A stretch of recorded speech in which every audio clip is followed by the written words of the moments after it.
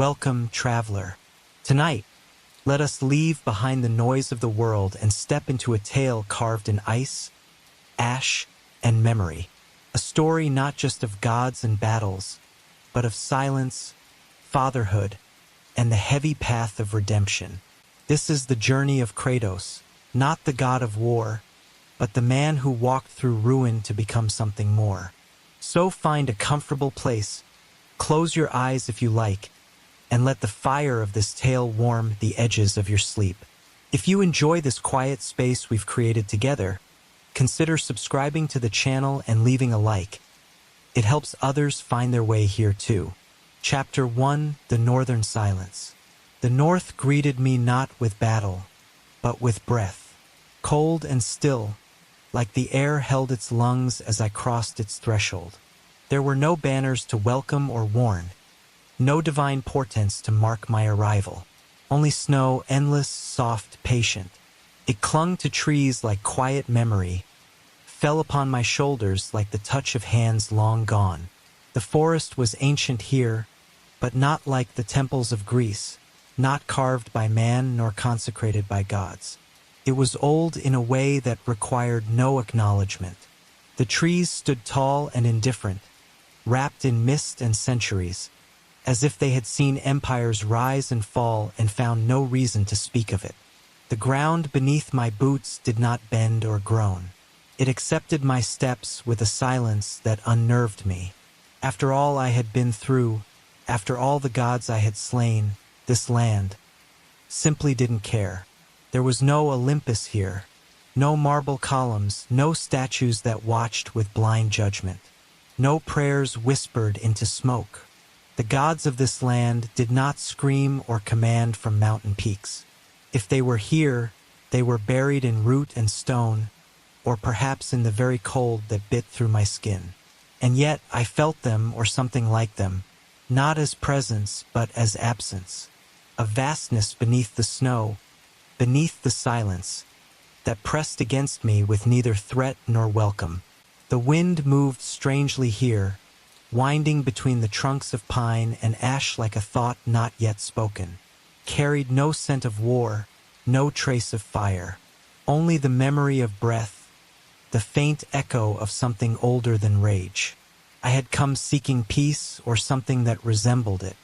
But in this place, peace did not come as a gift, came as a question. I kept walking, through snowdrifts that reached my knees, past frozen rivers whose surfaces gleamed like mirrors too honest to break. My reflection followed me across the ice. Eyes harder now, slower in their anger, but not free from it.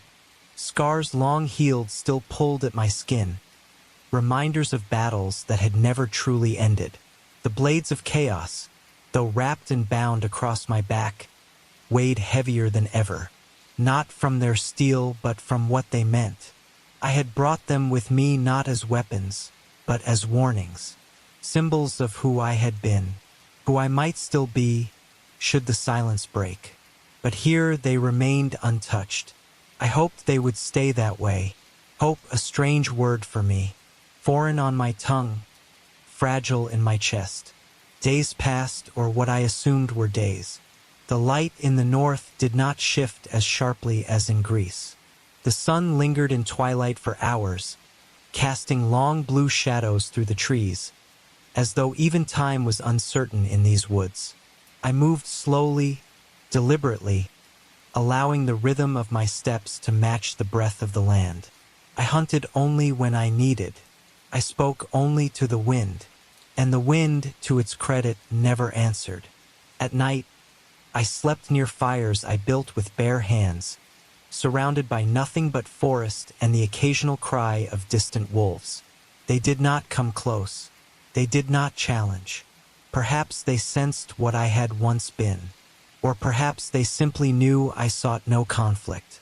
Eventually, I came upon a clearing, a quiet hollow nestled between low hills, shielded from the harshest winds. There, half covered in snow and wrapped in creeping moss, stood a cabin. Simple, weathered, strong. Its roof sagged but held. The door leaned, but it closed. It had not been built by divine hands. It was not marked by runes or sacred signs. But it stood, and in its stillness, I saw something I had not known I sought. Rest. Not peace. That was too bold a word. But rest. A place not to rule, not to fight, but to endure. I stepped forward, pushed the door open, and let the silence greet me again. Inside, the air was stale but warm enough to breathe. I did not unpack. I had nothing to unpack, only wait to set down for a while. And in that place, surrounded by old wood and older snow, I sat. For the first time in what felt like centuries, I simply sat, and the forest watched, and said nothing. The days blurred, not into each other, but into stillness. Time did not pass as it once had, divided by war cries and bloodshed. It moved slowly now, like ice forming along a branch, unhurried and unbothered. I had no need for clocks or calendars. I rose with the gray light and rested when the fire burned low. In those quiet hours between waking and sleep, I began to learn something I had never sought, what it meant to exist without purpose. For so long, I had been driven by vengeance, by duty, by the screaming weight of loss. Now, for the first time, I felt no hand at my back, no God whispering in my ear, no blade demanding blood. And the absence of that voice left behind a silence I did not know how to fill. I began with work. The cabin was strong, but worn. The roof leaked when the wind turned, and the stones in the hearth had cracked from age. I repaired them not because I planned to stay forever, but because it gave my hands something to do. There is a strange comfort in fixing things you did not break. The forest provided enough. Dry wood, small game, clean water from a stream that never froze. I crafted tools, carved simple furniture, mended what I found with thread and time. I had been a general, a killer, a god. Now I became something smaller. A builder, a mender. The man I had buried beneath years of war began, slowly, to stir beneath my skin. Not loudly, not completely, but I felt him. There were moments when the silence became too loud. At night, when the wind howled through the trees, I would stare at the fire and feel the weight of memory pressing against my ribs. I did not see their faces, not Lysandra, not Calliope, but I heard them.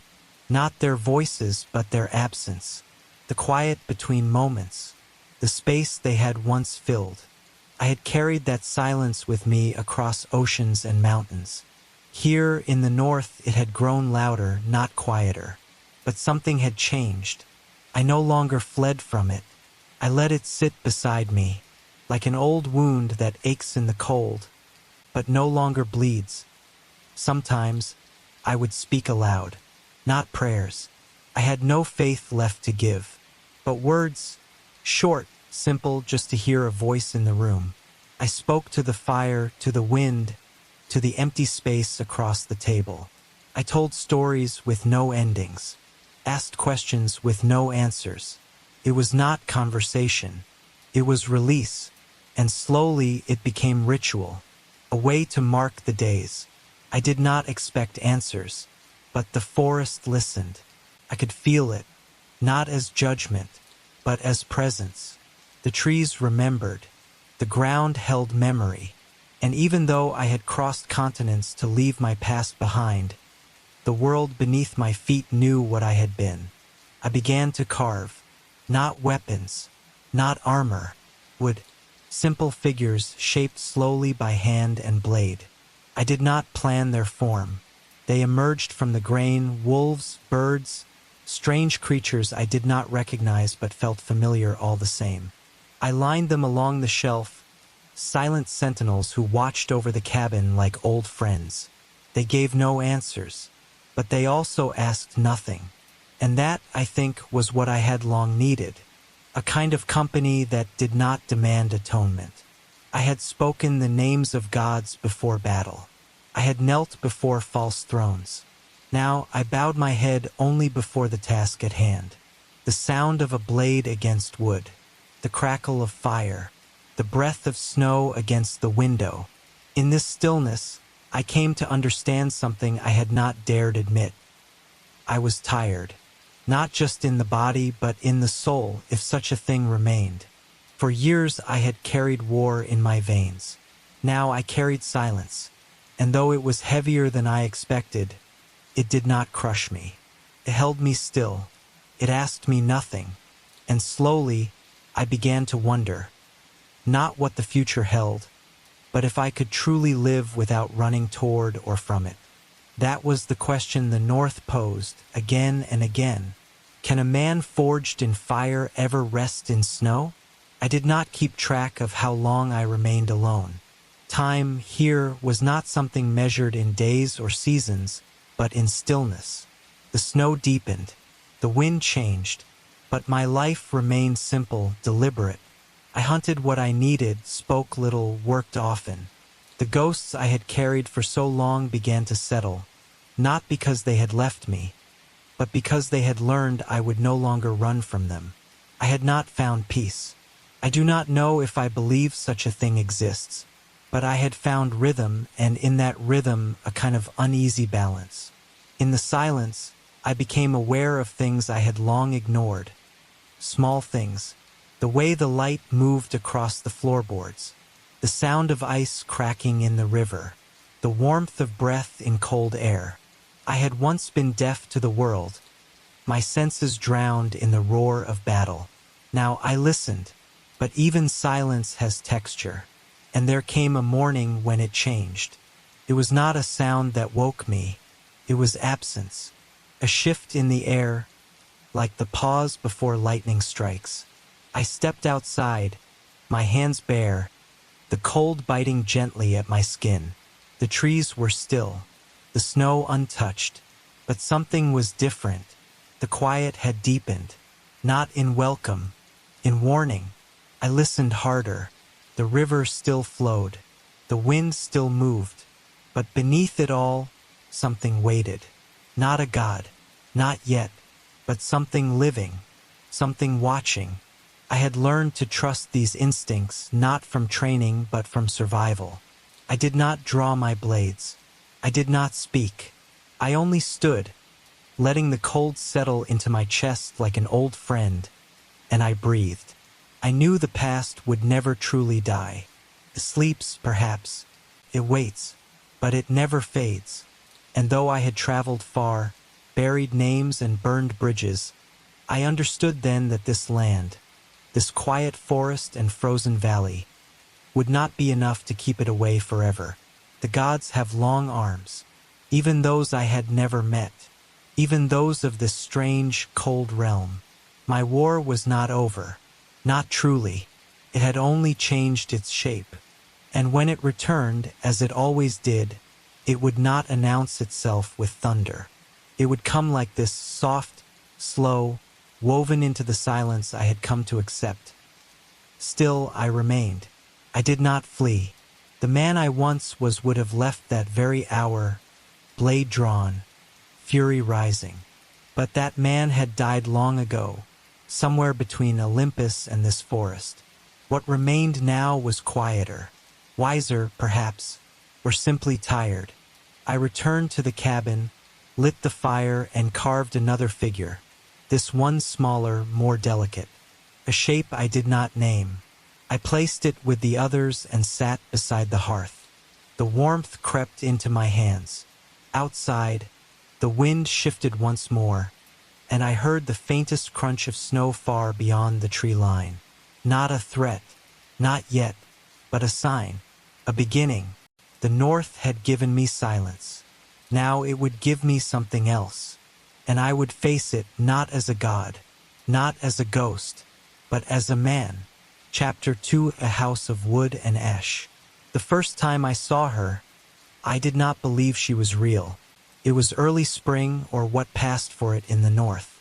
The snow had not melted, but the air carried a softness beneath its chill. The sky was clear, for once, and the wind didn't bite. I had gone into the woods to check the traps I had laid days before, thinking only of the rhythm I had created: hunt, mend, chop, rest. The patterns I wrapped around myself like armor. But then I saw movement among the trees. Not the twitch of deer or the low stalk of wolves. This was slower, purposeful, human. She stepped out of the mist as if the forest had released her, not with hesitation, but with certainty. Presence, not an intrusion. Her hair was dark, her steps sure, and her eyes met mine without fear. That alone gave me pause. I had grown used to solitude. I had not spoken to another soul in, I don't know how long, years perhaps. I had accepted silence as a companion. Yet she looked at me not as one might regard a stranger in the wild, but as though she had expected me. I did not reach for my blades. They remained tied and hidden beneath cloth, but not out of trust. I simply knew, somehow, that they would not serve me here. Her gaze did not challenge mine, but it did not waver either. She carried no weapon I could see, only a bundle of firewood strapped across her shoulders and a small pouch at her side. She stood still as stone but breathed with the forest itself. We remained that way, facing one another, saying nothing, for what felt like a lifetime folded into a few seconds. Then she spoke. "You don't belong here." Her voice was soft, but firm, like snow falling on a frozen lake. I said nothing. There was nothing to say. I didn't belong anywhere, not truly. But I held her gaze, and in that quiet challenge, I found something strange. Not hostility, not even curiosity, just a kind of truth. A statement made, not a judgment passed. She tilted her head slightly, as if listening to something I couldn't hear. Then she turned and walked away, disappearing between the trees without looking back. I didn't follow, not out of fear, out of uncertainty. I had seen many faces in my time, warriors, kings, gods, but none had moved through the world like her, without force, without doubt. I remained in that clearing for a long time, listening to the trees sway and wondering what part of me she had seen. Days passed. I told myself it had been a trick of the light, a traveler, a dream conjured from too many nights alone. But then, one morning, a bundle of herbs appeared by my door, carefully wrapped, fresh, clean. I knew the forest well enough to know I had not gathered them. I knew the land enough to know no other villagers lived nearby. She had returned silent, unseen, and left them. A gift? A test? I did not know, but I accepted them, boiled them into tea, said nothing to the fire as I drank. The next time I ventured out, I found a trail, deliberate but subtle, broken twigs, faint tracks. She wanted me to follow, not as prey, not as predator, as something else. And so I did.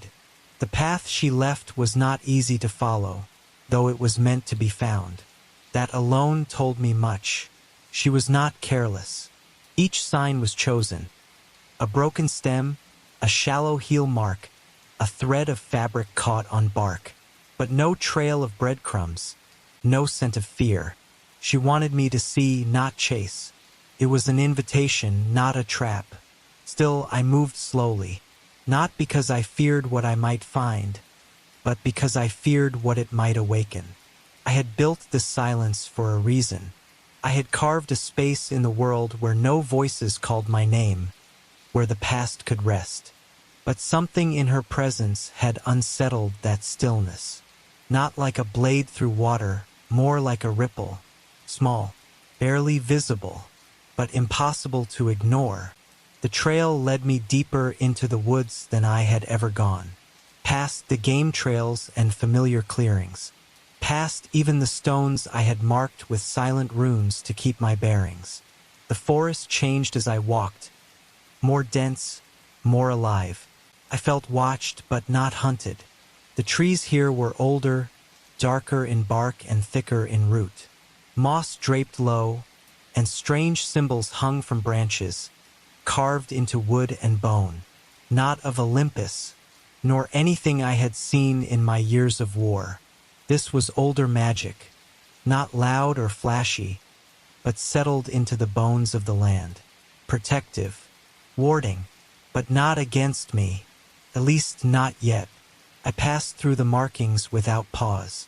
If they meant to keep me out, they failed. Or perhaps they had already accepted my presence. I found her near a waterfall. The water crashed down into a pool so clear it mirrored the sky.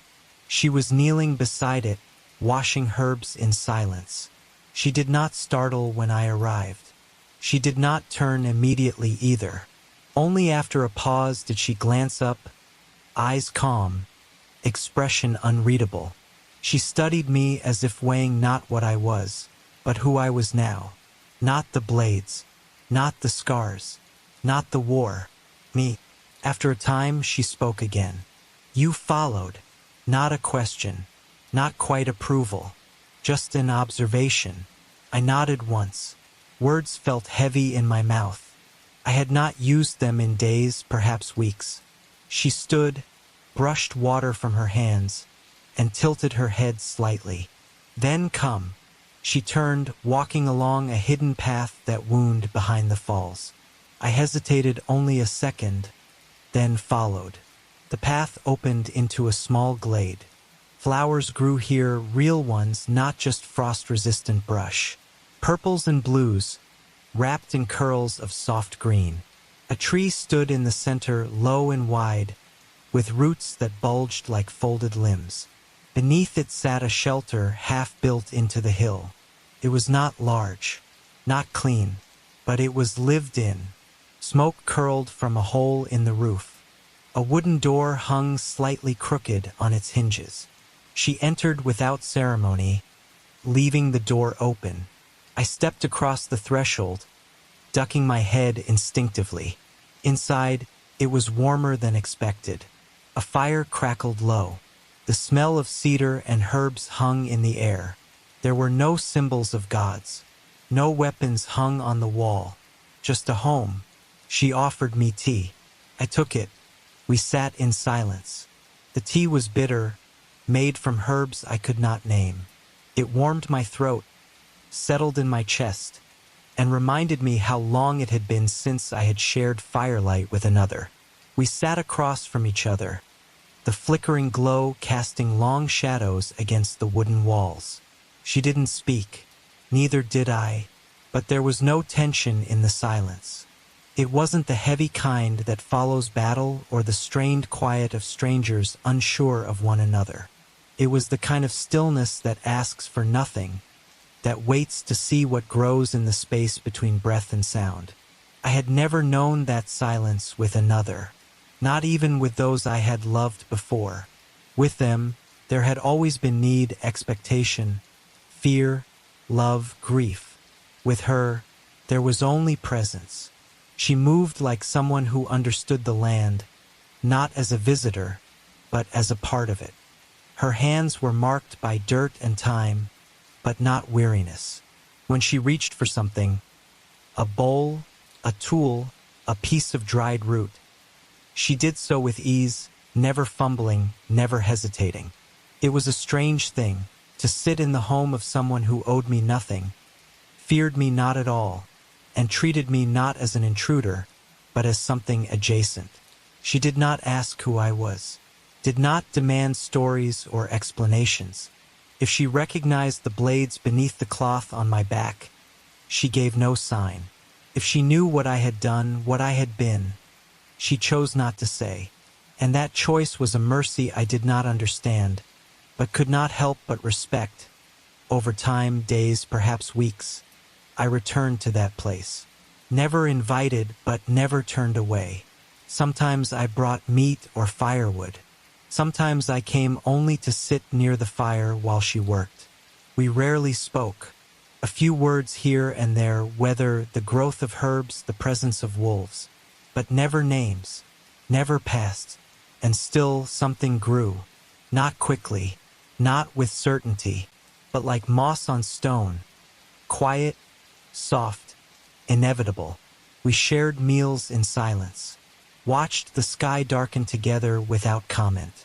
Once, I woke from a nightmare, sweat on my brow, fists clenched, and she was already stirring the fire, her presence grounding, wordless.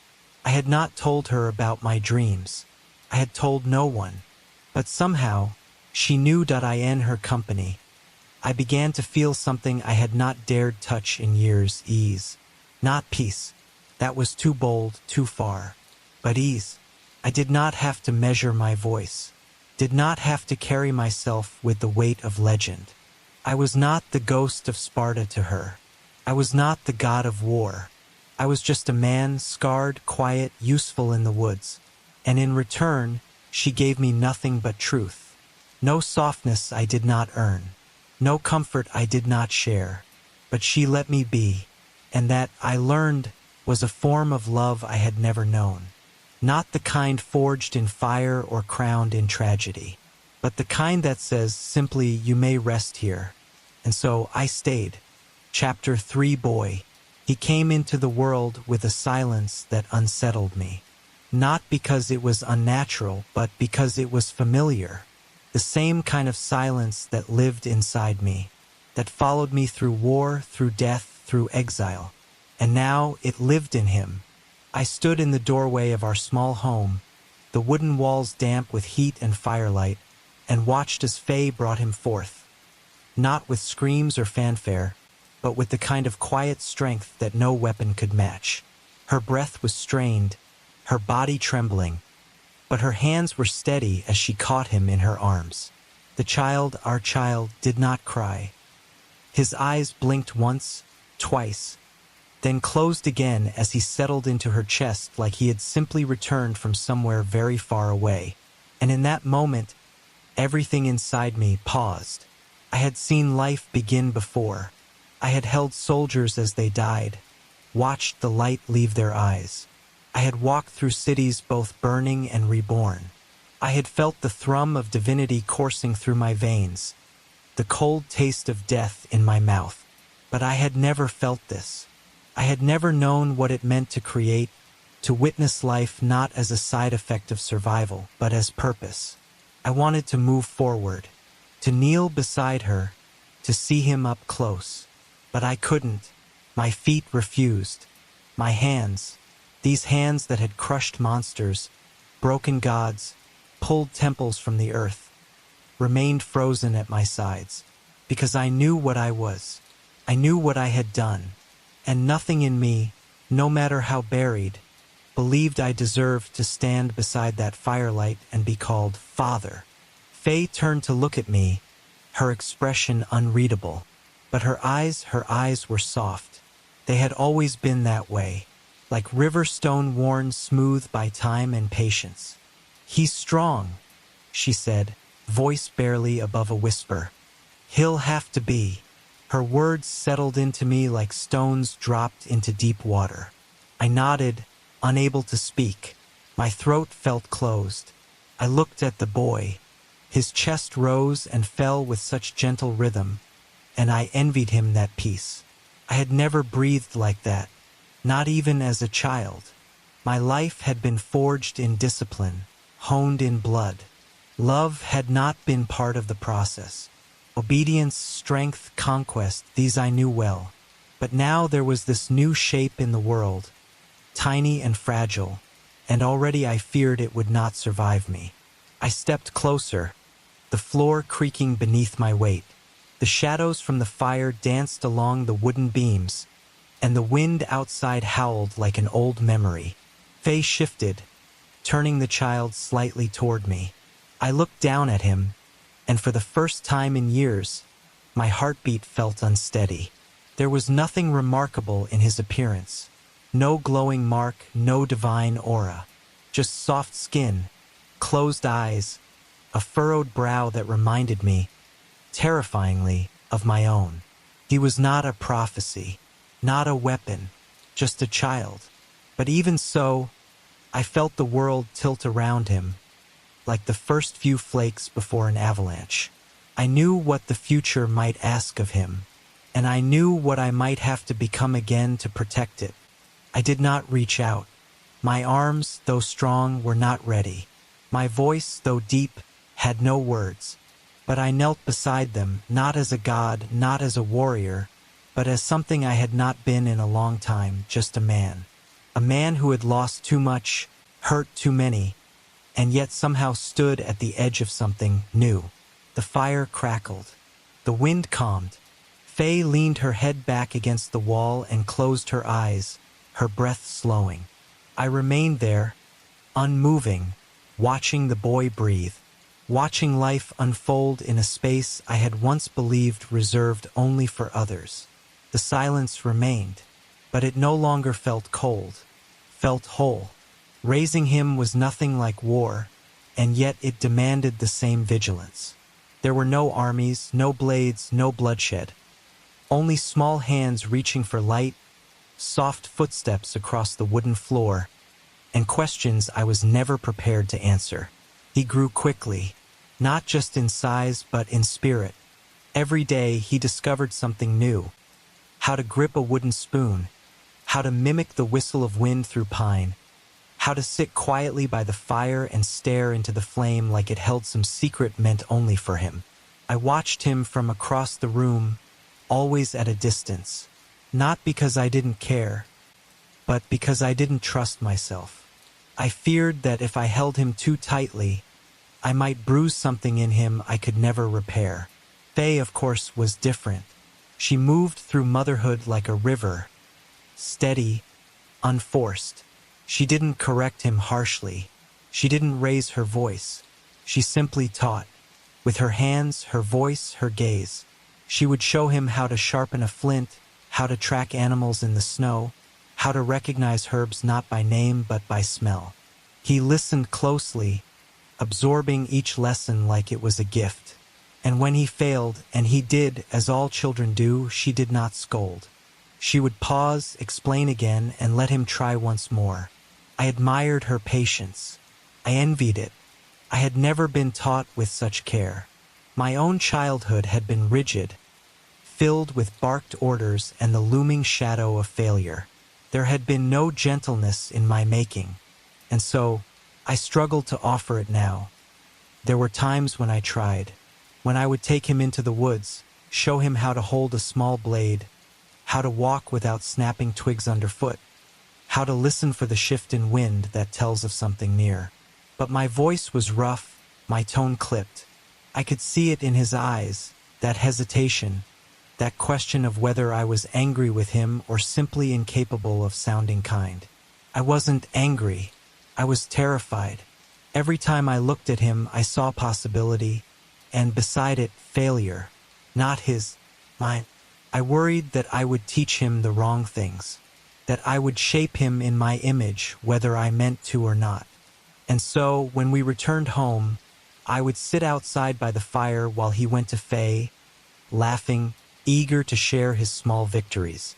I would listen, and I would stay in the dark.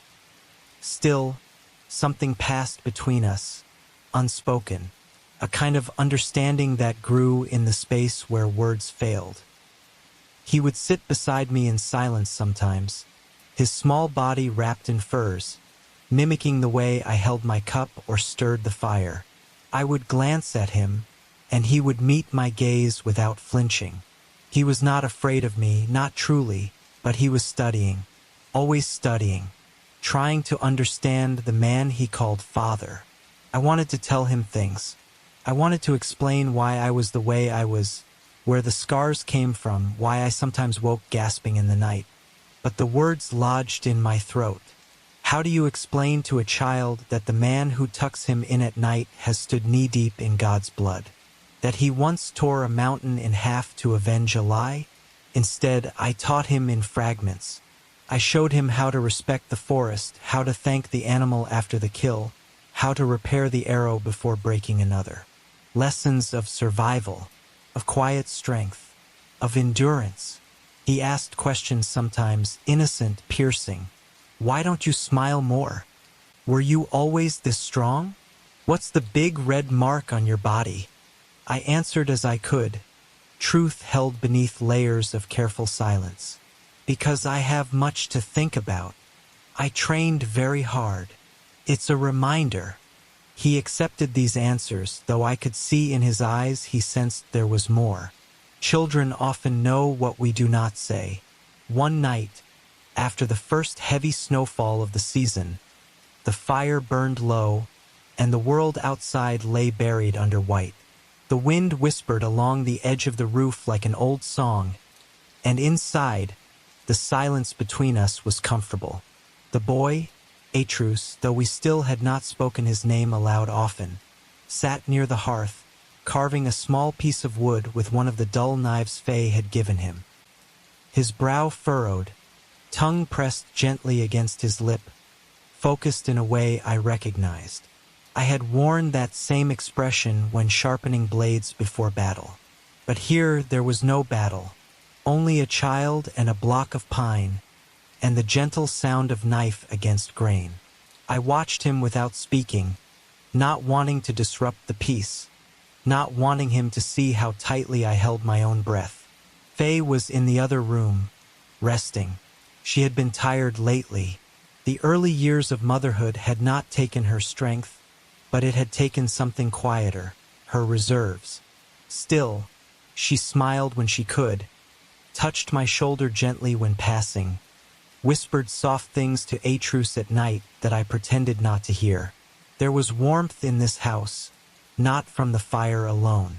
A warmth I had not known in a very long time. And though I had no skill in naming such feelings, I understood on some deep ancient level that this was what people meant when they said home. It was not the walls or the food or even the fire.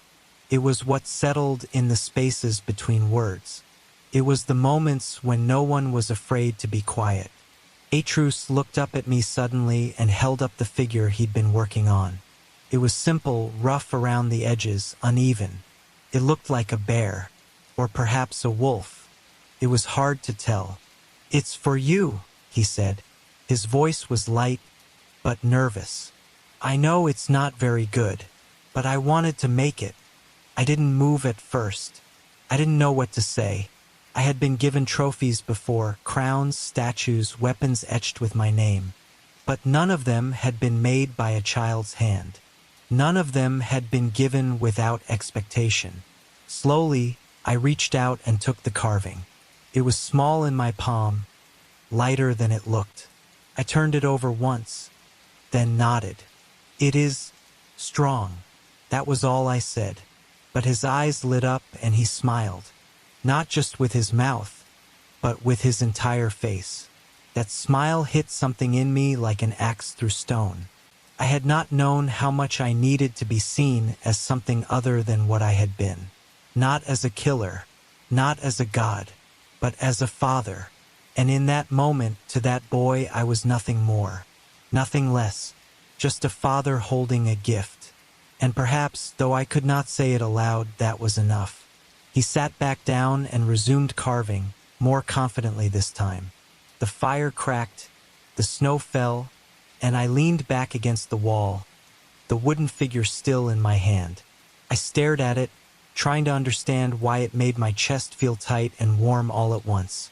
Later that night, when the fire burned low and Atreus had fallen asleep curled beneath furs, I placed the figure on the small shelf above the hearth.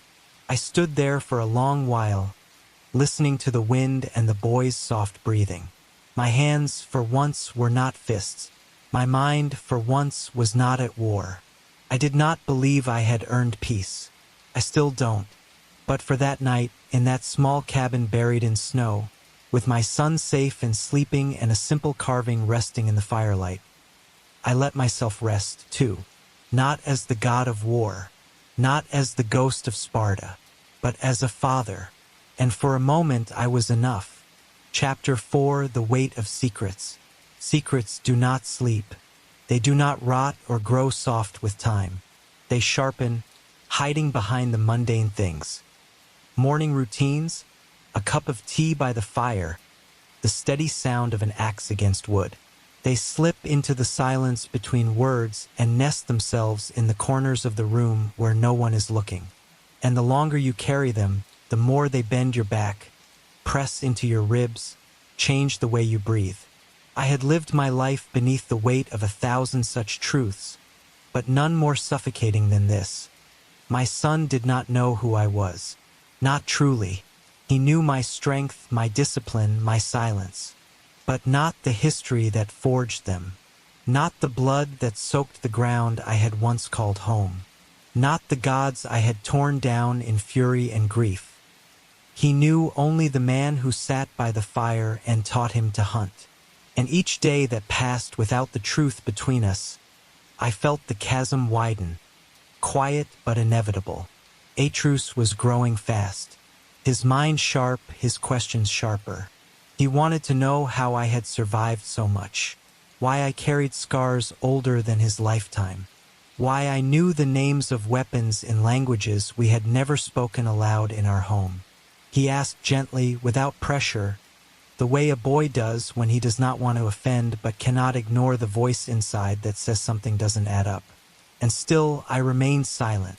I told myself it was for his own good, that the truth would burden him, that it would twist him into something I feared he might become, something like me. But deeper than that, I knew the real reason.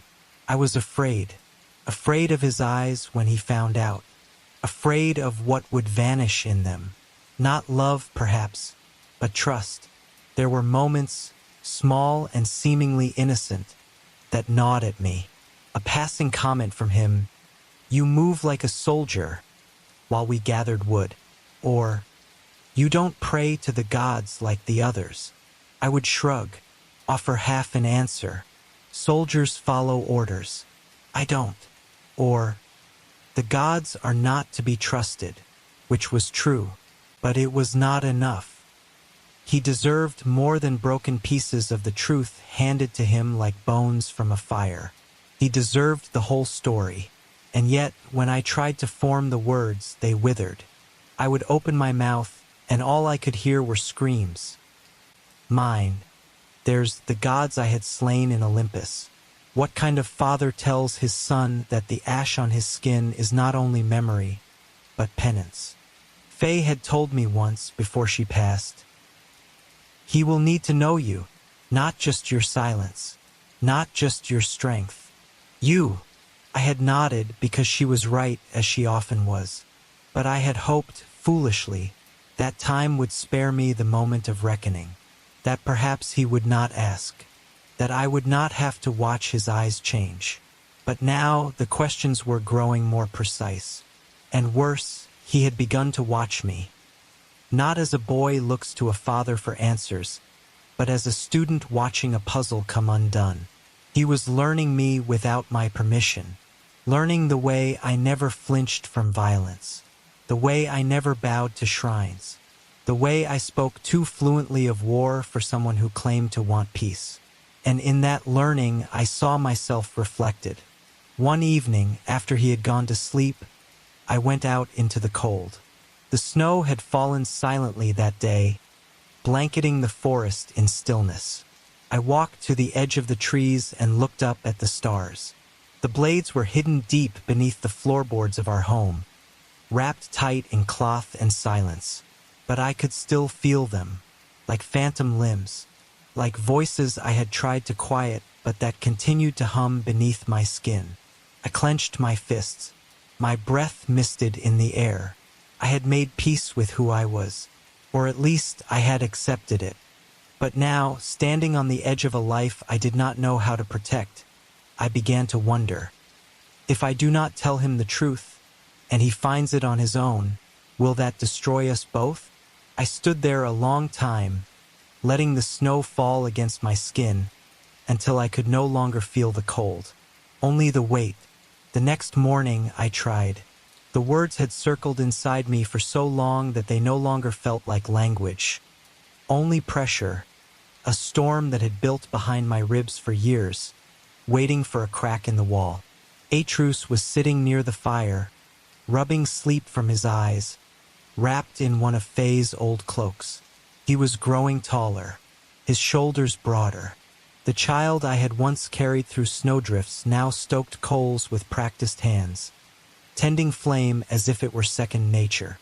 He was becoming a man, and I knew with terrible certainty that if I did not give him the truth soon, the world would offer its own version. And the world lies. I sat across from him.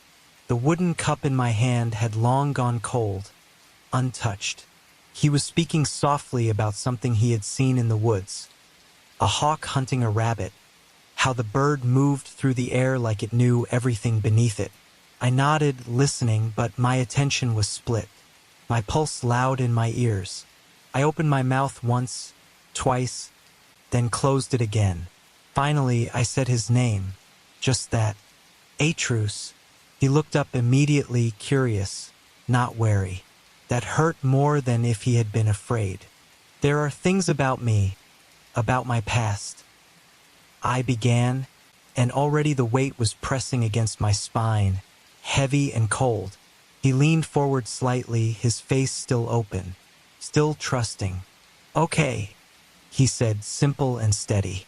That one word, invitation, not demand, almost broke me. I wanted to tell him everything.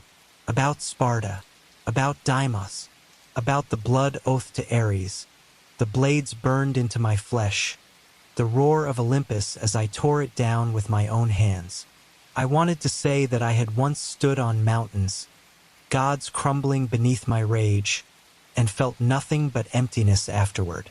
That I had been used, betrayed, feared, worshipped, and hated all in the same breath. That his mother had saved me, not with magic, but with silence. That he was the first thing in my life not born of anger. But the words caught. Instead I said, "I have done things, terrible things." My voice cracked slightly. I forced it flat again. "Before you were born, before your mother, I was someone else." He tilted his head, thinking. "Like, before we moved to the forest?" The simplicity of the question staggered me. I nodded. "Before even that." He looked into the fire. "Did you hurt people?" My breath caught. I could lie. I could bend the truth again, make it small. But I didn't. "Yes." He didn't speak right away. When he finally looked at me again, there was something new in his eyes. Not judgment, not fear. Something older, like understanding trying to rise. "Do you still?" he asked. A whisper, but direct. I looked away. "Only when I must." A long pause settled between us. He nodded slowly. "Okay." That was all. No more questions. No panic. Just a boy, accepting that the man across from him was not only his father, but something darker, something heavier. But he didn't recoil. He didn't run.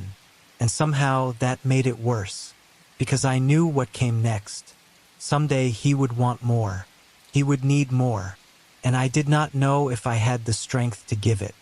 We sat together in silence as the fire hissed and popped, sending tiny embers into the smoke-streaked air. I wished Faye had been there, not to explain for me, but to place her hand on my shoulder, to steady me the way only she had known how. Instead, I sat alone inside myself, next to a boy who would one day become something powerful, something feared, and I prayed to no gods that he would never have to be like me, that the secrets I carried would not become his. After that morning, something shifted between us. Not in the way people often fear when the truth is told, but like the subtle creak of wood under new weight. We continued our routines as before, chopping wood, hunting small game, tending to the cabin repairs. But a quiet thread now ran beneath each exchange. Atreus didn't avoid me. He didn't grow cold or distant. If anything, he became more thoughtful. He would pause before asking questions, as if weighing whether I might answer. And I did when I could, sometimes with full honesty, sometimes with careful fragments. I watched him absorb what little I gave like the ground soaks up thawing snow. Slowly, without rush, but fully. And in that slow thaw, I began to understand. It wasn't the facts of my past that frightened me. It was the possibility that he might see them as a guide point one evening.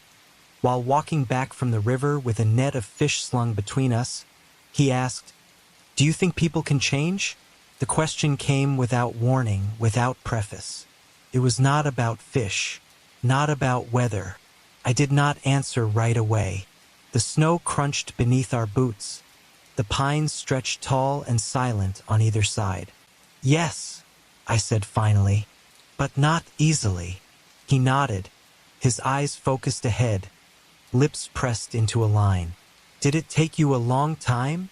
That question felt like a blade gently pressed against my ribs. I answered truthfully, "I am still trying." That made him glance up at me for a long moment, and I saw it again.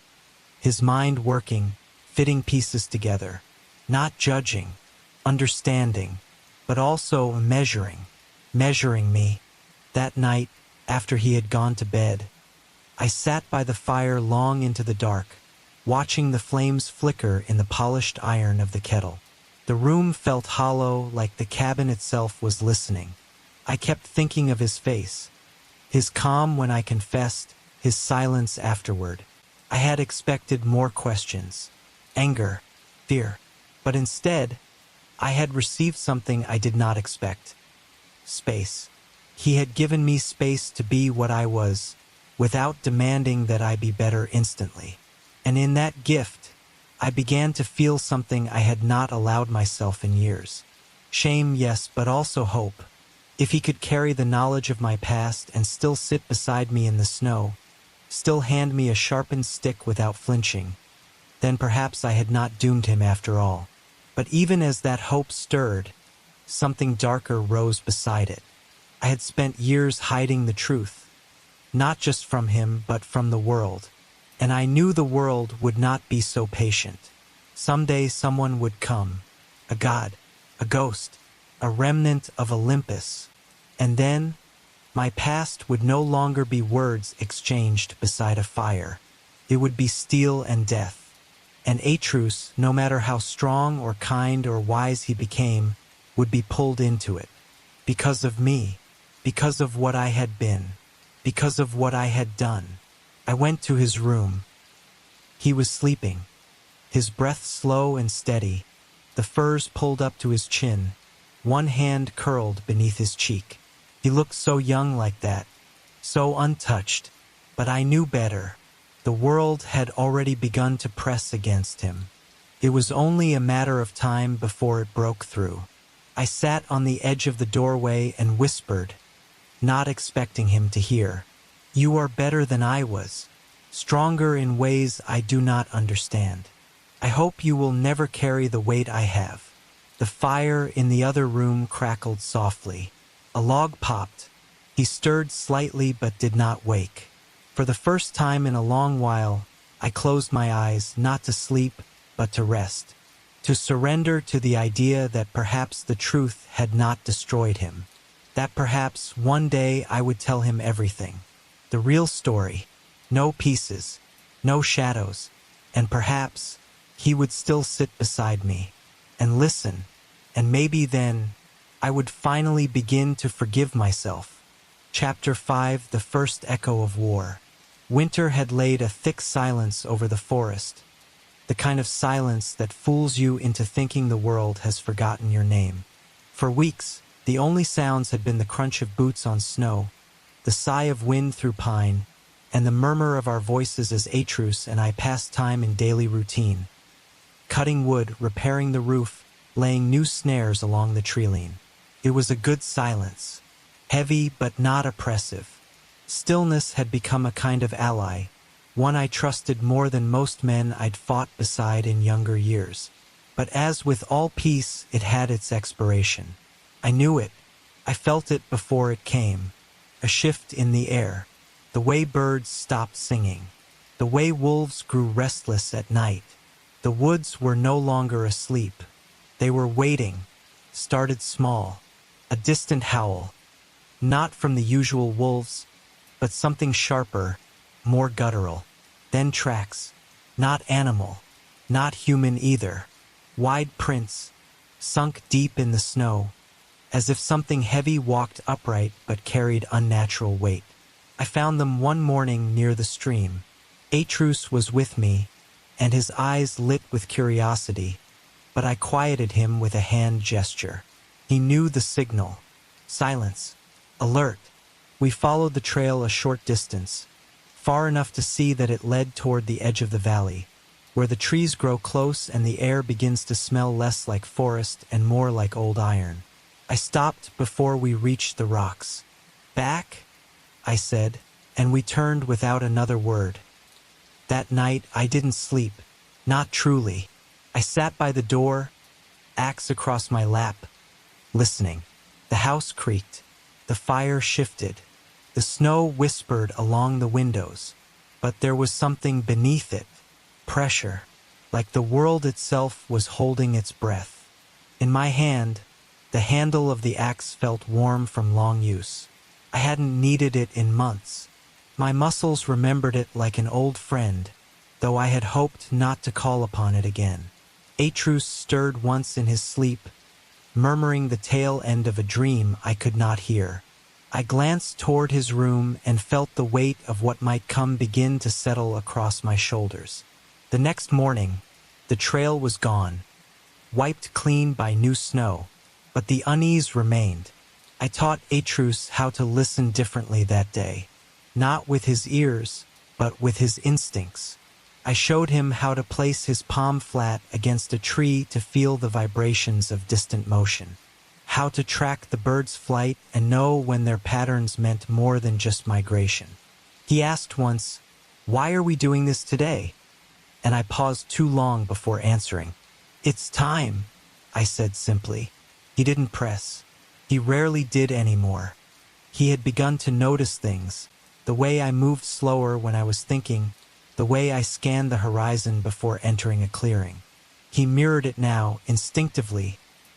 Later that day, we returned home and found the outer woodpile disturbed. Not scattered, not looted, but touched, shifted. Something had passed near the house, close enough to smell the fire, hear our voices. My pulse slowed, not from calm but from something deeper. Preparation. This was not the curiosity of a bear, nor the clumsy wanderings of a man. This was deliberate, and though no weapon had been raised yet, I knew the shape of battle before it took form. War has a rhythm. It starts with silence. Then comes the presence. Then the knock. And I knew the knock was coming. Came as I knew it would. The knock. Not a frantic pounding or hesitant tap, but 3 slow, deliberate strikes against the door, like the fist behind them was carved from stone, and it expected no refusal. I was already standing. I had been since the sun first touched the edge of the trees. Axe in hand, boots laced, heart steady. Atreus was near the hearth, shoulders tensed, hand reaching instinctively for the bough we kept within arm's reach.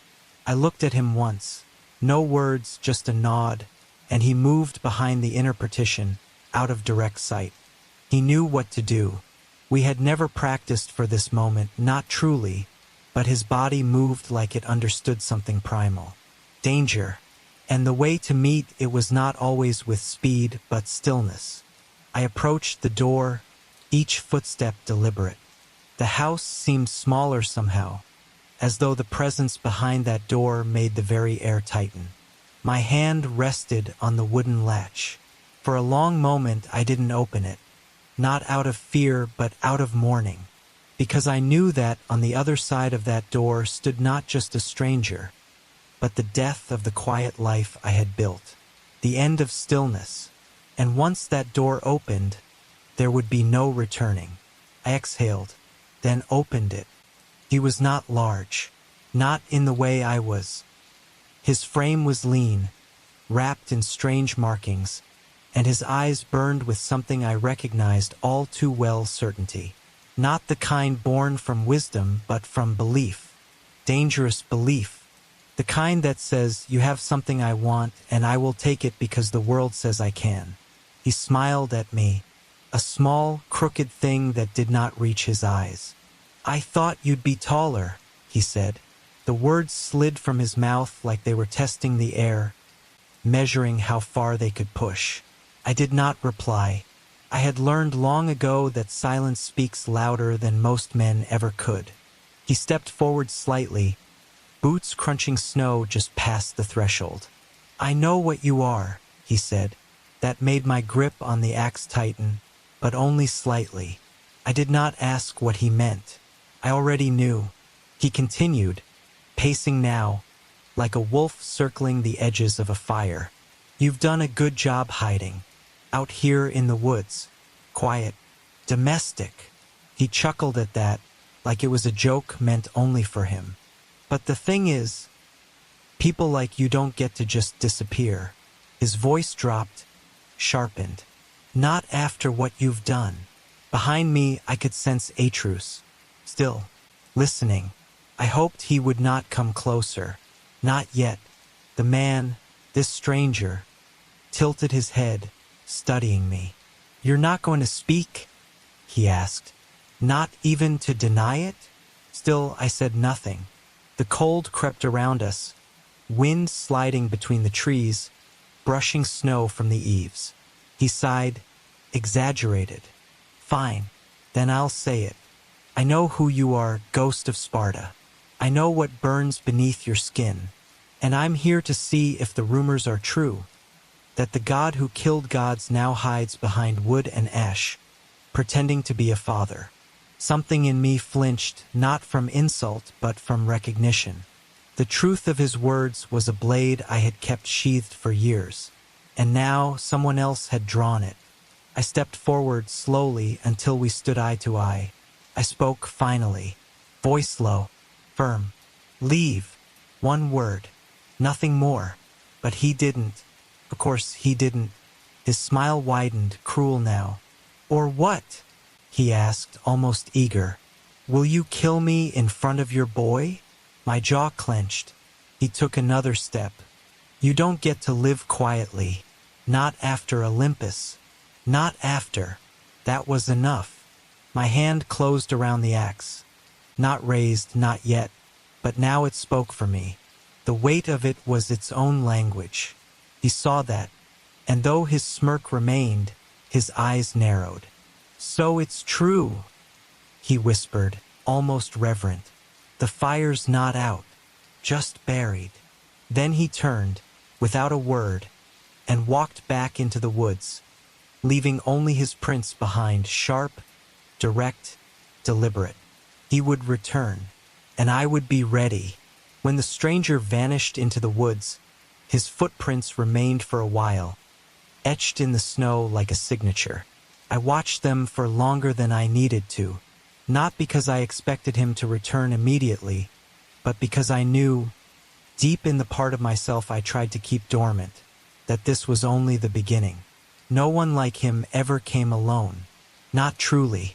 He was either a scout or a test, a whisper before the storm, and though his back had disappeared beyond the tree line, his presence still hung in the air like smoke after fire. I closed the door without sound, pressing my palm flat against the wood as if it might keep the world out a little longer. Atreus stepped out from behind the partition a few moments later. His eyes were wide but not panicked, curious, sharp. He had heard everything, maybe not every word, but enough. I didn't speak, not right away. The fire crackled in the hearth, but the warmth of it felt false now, like a mask placed over a wound. He approached slowly, his voice quiet. "Who was that?" he asked. The question was simple, but everything behind it was not.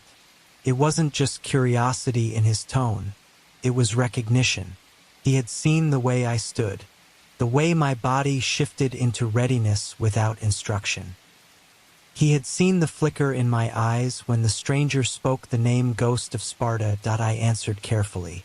"Someone who knows what I used to be." It wasn't a lie, but it wasn't enough. He waited for more, but when I offered nothing else, he sat near the fire and stared into the flames.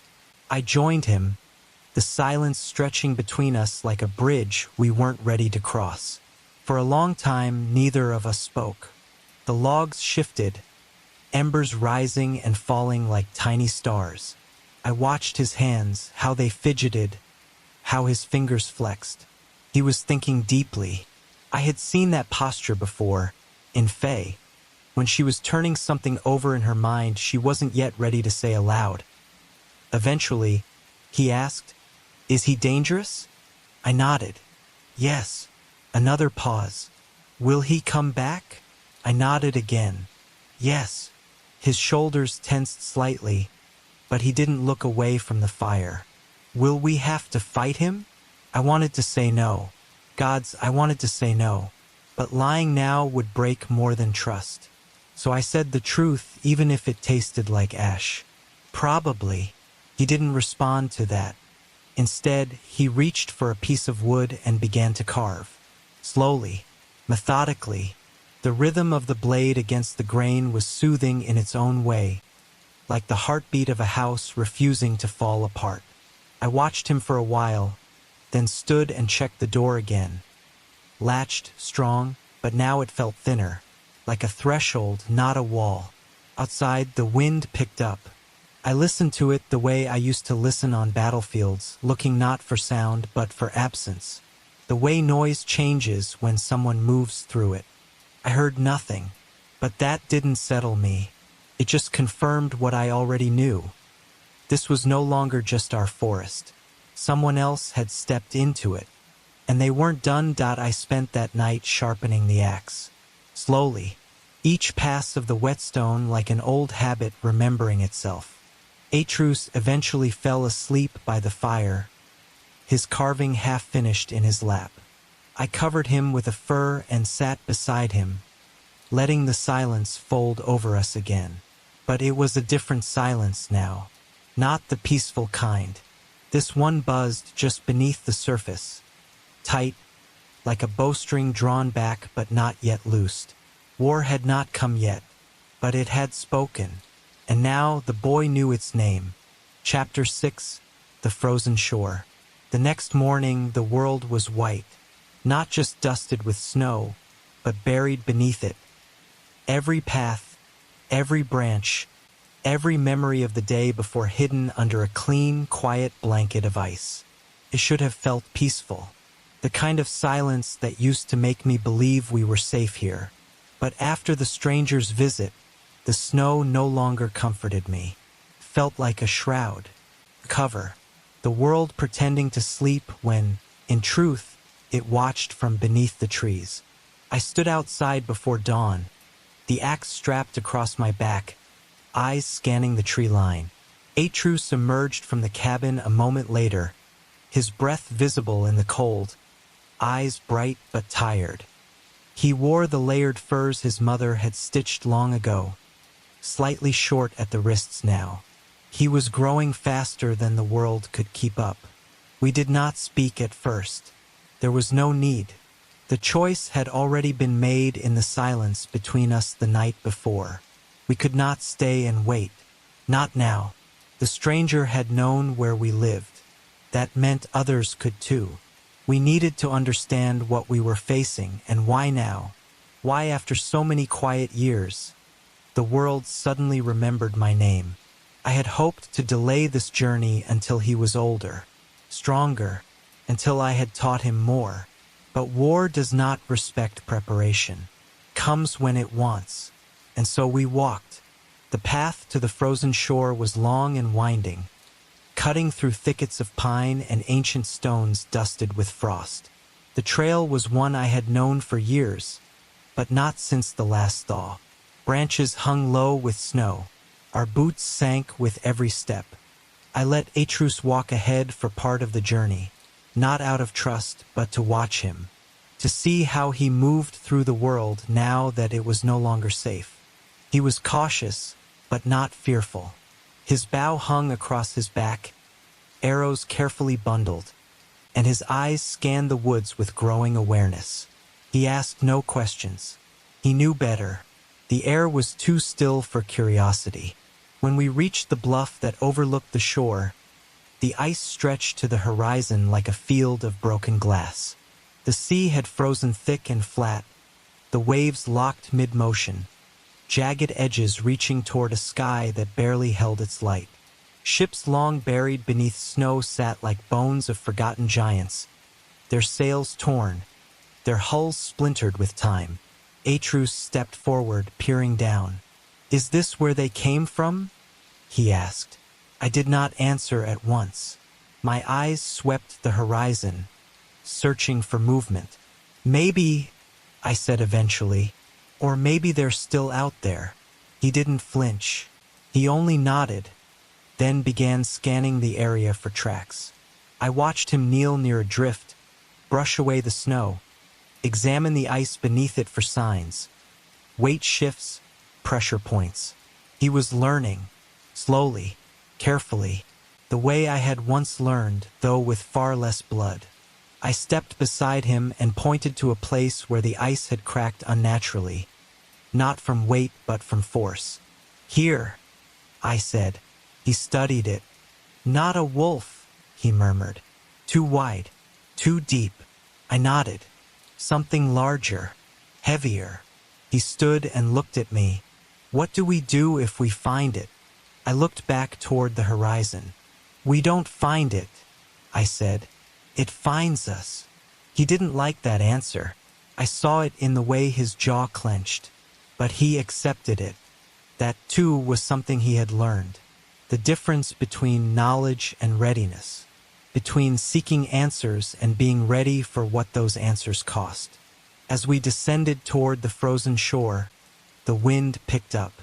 Sharp, bitter. The kind that doesn't just chill skin, it speaks. Of danger, of memory, of things buried too long. I pulled my cloak tighter and glanced at my son walking beside me. Smaller than me, younger than this world deserves, but steady in a way I had once thought impossible for anyone not made of war. And I wondered if he could endure this, if I had taught him enough, or if I had simply passed down a silence too heavy for any child to carry. The frozen shoreline stretched wide and desolate, as though the world itself had taken one long, shivering breath and held it. Ice crackled beneath our boots with each step, soft sounds in the vast emptiness, but they felt deafening. The snow along the coast was undisturbed. No prints, no broken drift, no sign of life. That should have comforted me. Didn't. I had walked enough battlefields to know when danger was not absent, only watching. I kept the axe low and loose in my grip, ready but hidden, while Atreus stayed slightly behind and to the left, mimicking the spacing we had practiced for years. A formation born not of battle, but of hunting. Now it was both. We reached the wreckage of one of the long-abandoned ships, half buried in the snow, its ribs like the bones of a beast caught mid-death. The sails were long gone, shredded by time or wind or both. Only the frame remained, leaning against the frozen tide as if still trying to sail away. Atreus approached first, circling carefully. I watched his steps, how he scanned the snow, the way his fingers hovered near his bowstring. He wasn't just guessing anymore. He was tracking. "It's old," he said, kneeling near one of the broken beams. "But something moved through here recently. Look, scratches along the side. Not from weather." I stepped closer, crouched beside him, and ran my fingers along the marks. He was right. They were fresh. Something had brushed against the ship. Something with claws. We followed the disturbance along the edge of the shoreline, where the ice was cracked and discolored in places. As we walked, the light began to dim. The sky above grew heavier, a flat sheet of gray hanging low over the sea. I had seen that kind of light before, prelude to a storm, not of snow or wind, but something worse. The kind that preceded a battle, when the air feels too full, like the land is holding its breath. Atreus must have felt it too. He glanced at me, and I saw the question in his eyes. I gave no answer, only nodded forward. We kept moving. Then, in the distance, we heard it. A low groan, not mechanical, not natural. Like ice shifting under pressure, but deeper. Almost guttural. The sound echoed across the shore, bouncing between jagged cliffs and frozen waves. Atreus froze mid-step. I placed a hand on his shoulder, not to stop him, but to ground him. "Stay low," I whispered. We moved slowly now, crouching along the edge of a rise. Below us, the ice gave way to a shallow inlet, partially frozen but still dark and deep near the center. And from beneath that surface it moved. Something stirred beneath the ice. A slow, wide ripple, the kind that does not come from wind or weight, but from something alive. Something massive. The ice groaned again. A slow cracking song that sounded too much like breathing. I narrowed my eyes. I had seen creatures like this before, deep in the old world, where gods made things not because they were needed, but because they could. Beings built of vengeance and forgotten tasks. This one had waited, buried beneath ice and silence. Until now. Atreus leaned close. "What is it?" he whispered. His voice barely rose above the wind. "I don't know," I admitted, "but it knows we're here." As if to answer, a slow rise formed in the ice. Something just beneath the surface pressing upward. Not breaking through. Not yet. But watching. Testing. I stood, motioned for him to step back. Slowly.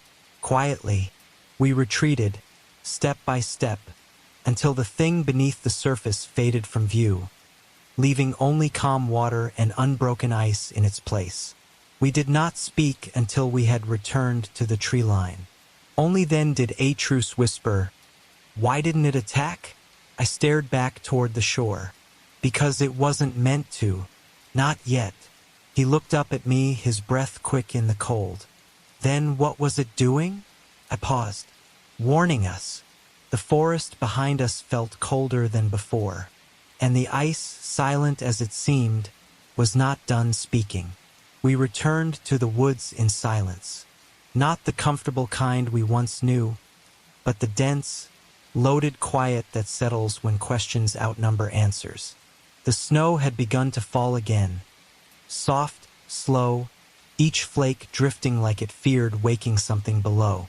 Atreus walked beside me, his steps lighter than mine, but I could feel the tension in him, the questions churning behind his eyes. He had seen the movement beneath the ice, heard the sound of something ancient breathing where no breath should have been. But more than that, he had seen how I looked at it. Not surprised, not afraid, familiar, and that told him more than I had spoken aloud. By the time we reached the edge of the clearing near the house, the sky had dimmed to a soft, pale gray. The smoke from our chimney rose gently into the air, a single thread of warmth against a landscape too cold to care. Atreus paused at the tree line, his eyes scanning the snow-drifted path. "It didn't follow us," he said quietly, almost as if hoping to be contradicted. "No," I replied, my voice low, "but it will remember the scent." That made him turn toward me, brows furrowed. "What was it?" he asked again, not in fear, in readiness. I could hear the edge in his tone, the same edge I'd once carried when I still thought knowing a thing made it easier to kill. I thought for a long moment before answering. "I don't know what it is," I admitted, "but I know what it means." That stopped him. He tilted his head slightly. "And what does it mean?" I looked past him, toward the cabin, the smoke, the warmth we had known. "It means we're not the only ones remembering." Inside, the fire was still alive. We entered, stamping snow from our boots, shaking ice from our cloaks. The house felt smaller than it had that morning. Not in size, but in safety. Walls that once felt like protection now felt thin, vulnerable. Atreus moved to the hearth without speaking and began to stir the coals. I watched him. He moved differently now, not like a boy tending a fire, like a warrior preparing for nightfall. I set my axe down beside the door, but not out of reach. As the flames grew, he turned to me. "If something comes here, we'll fight?" I nodded. "Yes." He watched me closely, then asked, "And if it doesn't stop?" My jaw tightened. "Then we don't either." He absorbed that silently, then sat with his knees pulled to his chest, the firelight casting long shadows across his face. I sat across from him, letting the silence stretch again. But this time it was less heavy. Not comfort exactly, but purpose. And within that purpose, I saw something changing in him. He wasn't just reacting anymore. He was deciding. After a long time, he spoke again. "The world is coming for us." Not a question. I met his eyes. It always was. We just weren't listening. He nodded slowly. "We're listening now." Then, quieter, "I'm listening." That struck something in me deeper than I could name, because I knew what came next. Listening becomes knowing. Knowing becomes choosing, and choices shape everything. I had shaped too much through rage and silence. He would not be given the luxury of ignorance, but I hoped he could still choose differently. As the snow thickened outside, I stood and checked the windows, the doors, the woodpile. I laid extra logs near the fire, checked our provisions. Atreus moved with me, silent, watching, helping where he could without being asked. We spoke little, but our movements were aligned. A rhythm forged not in words, but in shared preparation. Later, when he was asleep, I sat near the fire and opened the old pouch Faye had left hidden beneath the floorboards. Inside were tokens, runes, scraps of cloth, the carved figurines she had made of the three of us. I held the one shaped like Atreus and stared at it long into the night. Outside, the wind howled, and somewhere far off, the ice cracked again. The world was waking, and it had not forgotten me. Chapter 7: The Stranger Returns. The days after the shore passed in a strange kind of stillness. Not the restful kind we once knew, but a waiting stillness, tense, shallow, as if the house itself was holding its breath. The snow had deepened, and the forest outside grew quieter with each sunrise. Even the animals, once lively in winter's hush, moved with less noise, as though the world had picked up on something coming. Atreus trained harder. He didn't call it that, but I saw it in the way he moved through his routines. The way he asked fewer questions but watched more. His bowstring stayed tight. His hands moved with growing confidence. He was not preparing for a fight. He was preparing to live in a world where the fight had already begun. I tried to hold the peace a little longer, not out of denial but out of respect, for the time we'd had, for the boy he had been just weeks earlier. I taught him more in those days, how to listen for the shift in snow when a heavy foot crosses it, how to track sound across wind, how to slow his breath enough to aim with calm, not fear. He learned quickly. He always had. But now there was something different in him. Not hunger, not recklessness, resolve. He didn't want a battle, but he was no longer afraid of one. Then, as the sun passed its highest point on a day like any other, it came again. The knock. 3 slow, deliberate strikes, just like before. I was across the room when I heard it. The axe was already in my hand before my body even realized it had moved. Atreus froze, his eyes darting to the door, then to me. "Is it him?" he asked. I didn't answer. I didn't need to. He already knew. I moved to the center of the room, standing not directly before the entrance, but just off-center, an old soldier's habit. Don't stand where they expect you to. Don't move first. Let the threat declare itself. The knocks did not come again. The silence that followed was thicker than before. Not empty. Listening. Atreus stepped back.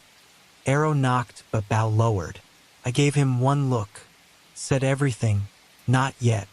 He nodded and moved behind the corner beam, half-shadowed. Ready, breathing slow. I turned back to the door, stared at the wood, and finally spoke. "You've returned." A voice came through, clear and amused. I said I would. It was the same voice, light, mocking, and far too calm. The voice of someone who believed themselves unbreakable. "You didn't answer me last time," he continued. "I thought that was rude, so I'm giving you one more chance." I said nothing. The wind rustled outside. A branch creaked against the roof. Then, "You're not going to open it?" Still, I did not move. He sighed. "I know why you're hiding. I'd hide too, if I'd done the things you've done. If I had that much blood under my nails. But you can't stay in there forever. You know that, right?" And then, the sound changed. Not words, not footsteps. The deep breath of someone preparing to strike. I stepped forward, fast, deliberate, and threw the door open. There he stood, same build, same smirk. But now his hands were loose at his sides, fingers flexing slightly, as if impatient. His coat was dusted with snow, but his skin beneath it held no chill. The cold didn't touch him. That meant something. He looked me up and down mockingly. "Finally," he said, "I was starting to think you'd forgotten how to be a man." Behind me, I heard Atreus shift slightly, one step forward, breath catching. The stranger's eyes flicked past me just briefly. Enough. I stepped fully outside, closing the door behind me. "You came for answers," I said quietly. "You've had them. Leave." His smile widened. "Oh no, no, no, no. This isn't about answers anymore." He stepped forward, slow, almost casual. "This is about what happens when someone like you tries to live a quiet life." The moment I stepped beyond the threshold, the snow beneath my boots seemed to fall silent, as though the forest itself was watching. No birds called. No wind stirred the branches. Just him and me, standing a few paces apart on ground that no longer felt neutral. His smirk had not faded. It clung to his face like a scar made of arrogance, curved in a way that dared me to act first. He tilted his head slightly, studying me.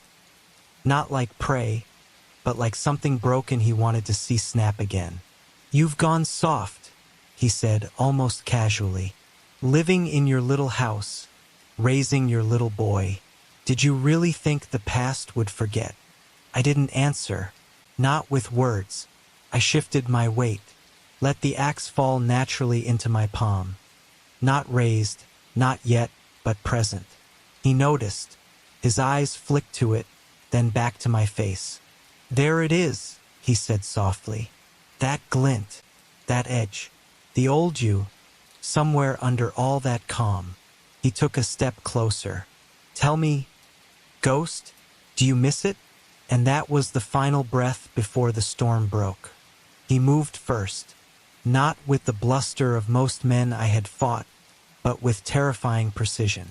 No wasted motion, no posturing. He closed the distance in a blink, fist already arcing through the air toward my ribs. I stepped back, the blow grazing my side, but I felt the weight behind it, far more than his frame suggested. A god's weight. I swung the axe in response, a clean arc that he ducked easily, rolling past and delivering a kick to the back of my leg. I staggered but did not fall. The snow cushioned some of the impact, but I could already feel the bruising start beneath the skin. He was fast, faster than anyone had a right to be. We circled. My breath steamed in the air, slow and measured. His barely fogged the cold at all. He grinned wider, pacing like a wolf playing with a larger bear. "You're holding back," he taunted. "That's adorable. Do you think it makes you better? More worthy? Faye would laugh to see you like this." Her name on his tongue was a blade, sharper than steel. I surged forward, this time landing a blow. a shoulder charge that sent him skidding back through the snow. He laughed, even as blood trickled from his lip. There he is. He came back twice as hard.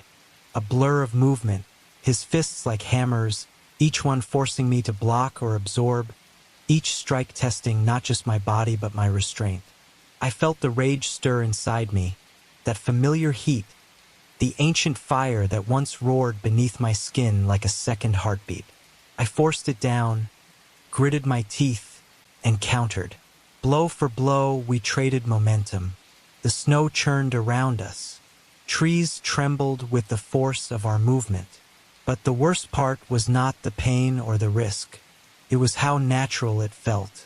The rhythm, the violence, the dance of destruction that once defined me, fit too easily. My body remembered it like a song. My muscles sang with it, but I could not allow it to win.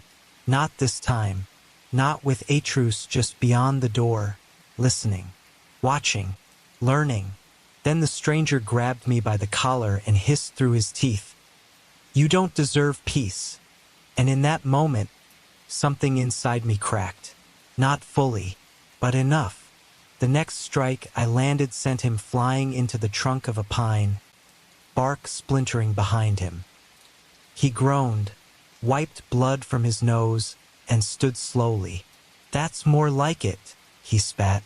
"Now stop pretending." I said nothing, but I didn't lower the axe. And in the snow between us, the silence that returned wasn't calm. It was coiled, waiting for the next blow. The snow beneath us bore the scars of battle. Deep gouges where boots slid, dark patches where blood had melted the frost, broken branches hanging low like bent arms. We stood several paces apart now, breathing heavily, not from exhaustion, but from calculation. The stranger tilted his head and spat blood into the snow. "You're stronger than the stories," he muttered, more to himself than to me. "But slower, heavier, like you're trying to carry something while you fight." He grinned again. "What is it? Guilt? Promise? The weight of pretending you're not what you are?" I didn't answer. I couldn't, not because I had no words, but because all of them would lead to the same place. I knew what he was trying to do. He wanted me angry, not just the kind of anger that fuels a strike, but the deep, seething wrath that uncoils from the soul and blinds judgment. That anger had once made me unstoppable. It had also made me reckless, cruel. I would not give him that version of me, even if part of it stirred beneath the skin. Still, he pressed on. "You don't get to run from your nature, old man," he said. "You can wrap yourself in furs and fatherhood all you want, but we both know what you are. You're death, your war-given form. You think raising that boy changes your name?" He took a step forward, arms wide. "You think it makes the gods forget?" That I moved, not out of fury, but precision. I surged forward, axe lowered, and drove my shoulder into his chest. The breath left him in a gasp as I shoved him back against a snow-laden boulder. Before he could recover, I raised the axe, stopped just shy of his neck, close enough that he could feel the cold bite of its edge. My voice came low, even colder than the wind. "You do not speak of him." For the first time, his grin faltered, but only briefly. Then he smiled again, slower this time. "So there it is," he whispered. "Still in there, just waiting." His gaze locked with mine, not challenging, but certain. "You'll see. You can't hide it from him. Not forever." I stepped back, letting the axe fall to my side. "Leave," I said again. My tone was final, tired, measured. He watched me for a few moments longer, then slowly straightened, brushing snow from his chest. "You've made your choice," he said, backing away. "But choices have echoes. You know that better than anyone." And then, just like before, he turned and disappeared into the woods. This time I did not watch him go. I stood alone in the clearing for a while. The snow continued to fall, soft and unbothered, as if the fight had never happened. But it had. The blood on the ice was real. The bruises along my ribs ached with memory. And the voice in my head, that old, smoldering fire, was whispering again. Not demanding to be unleashed, just reminding me it was still there. I turned back toward the cabin. When I stepped inside, Atreus was already standing by the window, bow lowered, eyes locked on mine. He didn't ask what had happened. He didn't need to. He could see it on my face, the tightness around my eyes, the slight tremble in my grip as I set the axe down. He walked to the hearth, added another log, and let the flames rise between us. "I'm not a child," he said quietly. "You don't have to keep pretending." I looked at him then, really looked, and in that moment, I realized something more dangerous than the stranger had arrived. Atreus was no longer afraid of the truth. He was ready to walk toward it. Chapter 8, Ash and Memory. The fire in the hearth burned low, more ember than flame, casting long, flickering shadows across the walls of the cabin. I sat at the edge of my chair, the weight of the axe still echoing in my hand even though it rested against the far wall. The fight had ended hours ago, but its shape remained in the air, like a scent that hadn't yet faded. Atreus was silent, seated on the floor beside the fire with his back against the wooden beam, knees drawn up, eyes watching the coals like they might speak before I did. I could feel his patience, not endless but deep, not childish, not petulant, focused. This was the quiet between question and answer, and it had grown too wide. I looked at my hands. The knuckles were scraped, a faint tremor in the muscles from where I had gripped the axe too tightly, not from fear, from memory, from the effort of holding something back that no longer wanted to sleep. I had told myself when we fled the old world that I could bury it, that I could become something else, not someone better, but someone still, a man, not a weapon, father, not a fury. But today proved what I already knew. The past is not a beast that can be outrun. It follows, it waits, and when it finds you, it brings your name with it. "I remember," Atreus said quietly. His voice was not uncertain. "When Mother died, the way you carried her to the mountain, the way you held her ashes like," he paused, "like they were heavier than anything else." I did not speak. "You never told me why," he continued. "Not truly, not why you were so quiet, so angry, even then." He looked at me. "Was it because of her? Or was it because of who you were before her?" The flames shifted, flaring briefly, then calming again. Outside, the wind picked up. I closed my eyes. "She saved me," I said finally. "Not from death. I had already known death too many times. She saved me from myself." The words did not come easily. They were not shaped for comfort. When I met her, I was not a man worth knowing. I had blood on my hands and worse in my heart. I killed not for duty, but because I was told to, because I believed it was all I was made for. Atreus leaned forward slightly, listening, still silent. "There was a time I served a god," I said. "Ares, the god of war. I wore his mark, followed his orders, slaughtered entire cities because he told me it was just, that I was his chosen." My jaw tightened, and I believed him, because when you are raised on violence, it feels like truth.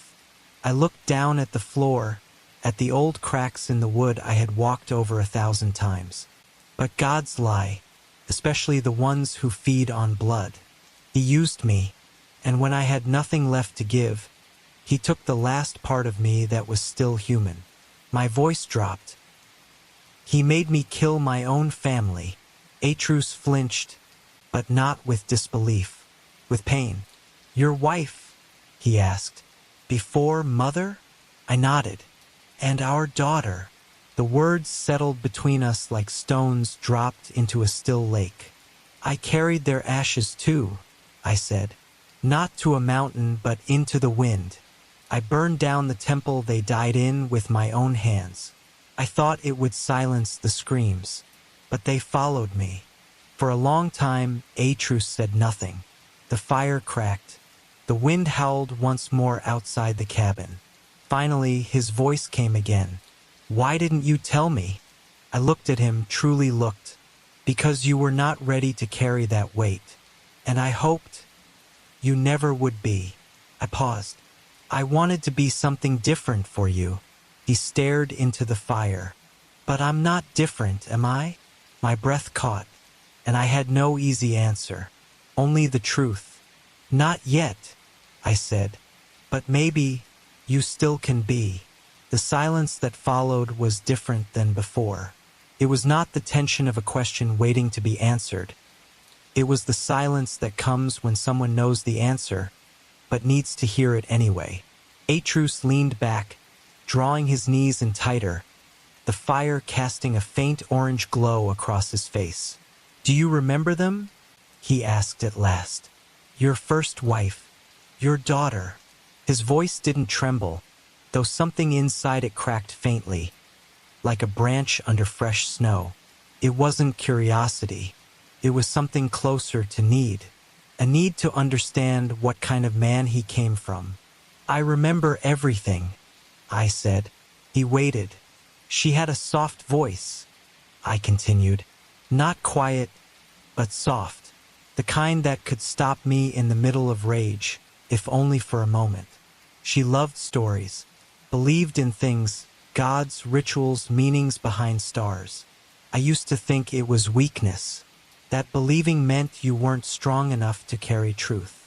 I shook my head slowly, but she was stronger than I ever was.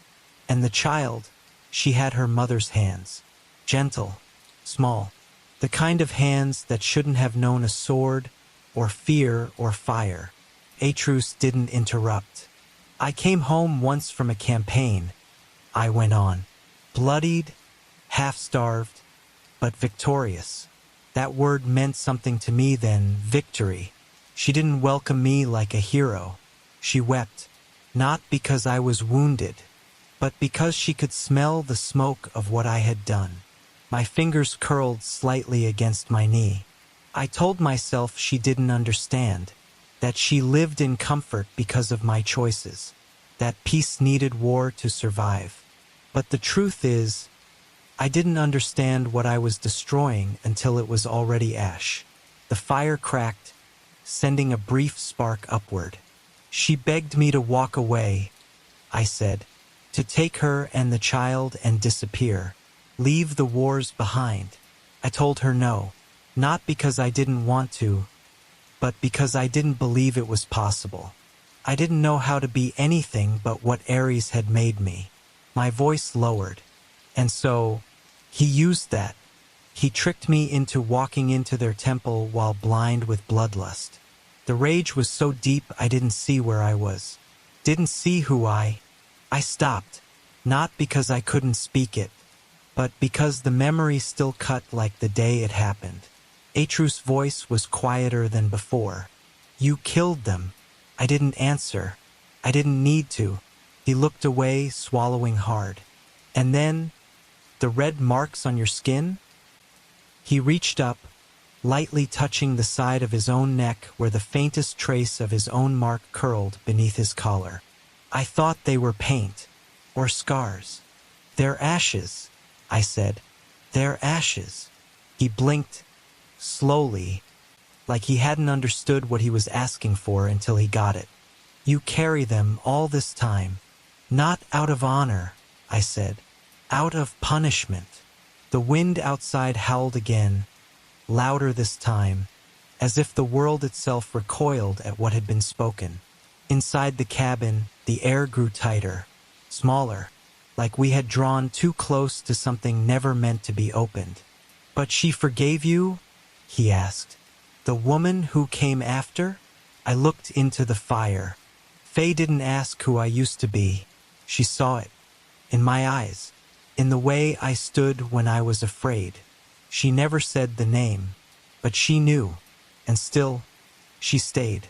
Not because she thought I would change, but because she saw I wanted to. Atreus rubbed his hands together slowly, eyes distant.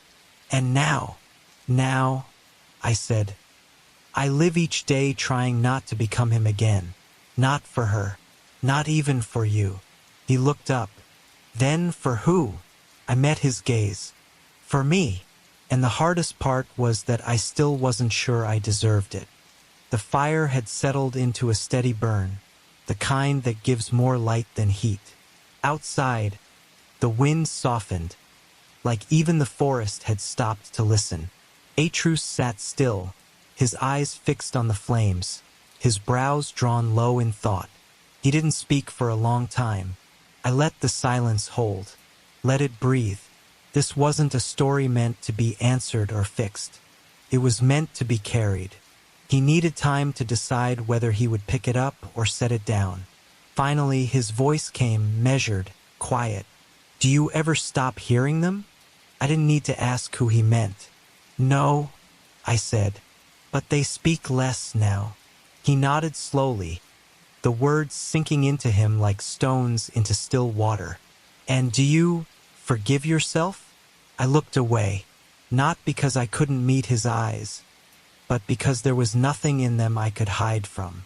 No, I said truthfully, but I try to live as if I might one day.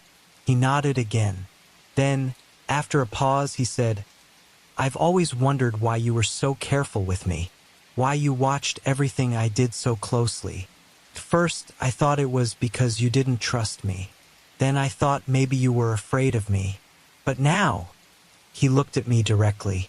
You were afraid I'd become you. I met his gaze. Not afraid, terrified. But I'm not you. No, I said. You're not. He didn't smile. Not yet. But something in him relaxed, just slightly, as if a door he'd been pressing against finally opened, not to escape, but to understand what lay on the other side. Then what do I do with this? He asked, hand lightly touching the mark on his neck. With all this blood? With the truth? You carry it, I said, not as a curse, not as a weapon, but as part of you. You learn to live with it, to walk with it, and when the time comes, to use it not to destroy but to protect. He looked into the fire again. Like you did. No, I said, better than I did. We sat in silence again, but this time it felt earned. Not empty, not waiting, just quiet, like the closing of a heavy book or the last echo of a name finally spoken aloud. Then Atreus stood, slowly, and went to the small shelf by the wall where his bow leaned against the edge. He picked it up, checked the string, the weight, the grip, not out of fear, out of habit, out of understanding. When he turned back, he said, I want to know everything, not just the bad parts, all of it, about you, about them, about what I come from. You will, I said, but not all at once. He nodded. Then tell me more tomorrow. I nodded back. Tomorrow. He walked to his bedroll, lay down slowly, and pulled the blanket to his chin. I stayed by the fire a while longer, feeding the embers one small log at a time, listening to the shift of wood, the crackle of coal, the sound of my son breathing in sleep. The ghosts in my mind were quieter that night. Not gone, never gone, but something in their weight had shifted. Not lighter, but shared. I leaned back, let my eyes close, and let the warmth of the fire press against my face like memory. Not of war, not of death, but of the first night I told the truth, and was still loved afterward. Chapter 9, The Echoes in the Forest. The morning came slowly, with a pale light filtering through the frosted windows. The snowfall had stopped, but the world outside remained blanketed in thick, silent white. The trees stood tall and still, branches heavy with frozen weight. The cabin, for all its warmth, felt like it was shrinking around us. Not from the cold, but from the realization that it could no longer hold what was stirring inside. Atreus was already up when I opened my eyes. He moved with quiet precision, gathering supplies, arrows, cloth, flint, a pouch of dried meat, and laying them beside his pack. His face was set with a calm that wasn't forced. It was the calm of someone who had made peace with a truth, and now sought what came next. I sat up slowly, bones aching with memory more than age. The battle with the stranger had left no deep wounds, but the impact lingered in places that didn't bleed. "You're ready?" I asked. He didn't look at me. "We need answers," he said simply. "You said the past doesn't stay buried. Then we should stop pretending it will." He tied his satchel shut and finally looked over. "There's something out there, watching us. It didn't show itself that day, not completely. But it knew we were there. It let us leave." I nodded. "And now we return." He nodded back. We didn't speak much after that. We packed quickly, each movement familiar. A rhythm born of necessity, of years spent surviving, moving, preparing. The path through the forest had not changed, but we had. As we stepped beyond the cabin's wooden frame and into the cold, I felt a tension in the air. Not a threat, not yet. Just the sense that the forest knew we were coming.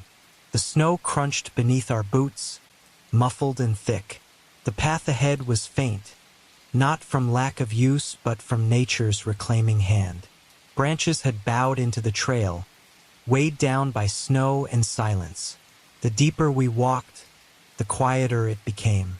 Even Atreus, once prone to questions and commentary, moved silently beside me, eyes scanning the brush, bow held low but ready. It wasn't long before we found the first sign. A tree tall, ancient, its bark split in a vertical wound. Atreus reached out, brushing snow away from the mark. "Claw," he said. "Deep. Fresh." He looked up toward the branches. Whatever did this was big, but not hunting. No blood. No panic. I studied the grooves. Too clean for animal rage. Too intentional. "Marking territory," I said. He nodded. "Or sending a message." We moved on. The second sign came half a mile deeper. A pile of stones, carefully stacked in the shape of an eye. Runes carved into the center stone, worn but not ancient. Atreus knelt before it, tracing the edges. "This wasn't made long ago," he said. "And not by accident." He looked at me. "You know this shape." "I do," I said quietly. "It's a watching ward. Old magic. Used to warn or invite." He frowned. "Which is it doing now?" "That's what we're here to find out." We continued in silence, every step drawing us further from the comfort of the known. The forest shifted subtly, trees closer together, shadows thicker. The kind of place where memory doesn't echo so much as whisper. I could feel it pressing in around me. Not fear, not exactly. Familiarity. This part of the forest was older, wiser, and it did not welcome intruders lightly. Then, somewhere ahead, a branch snapped. Atreus stopped immediately. I held up a hand. No birds, no wind, only that sharp crack like bone under pressure. We waited, listened, and then we heard it. A voice, low, whispered, not in words but in sound. A hum, ancient, cold. Atreus looked at me wide-eyed.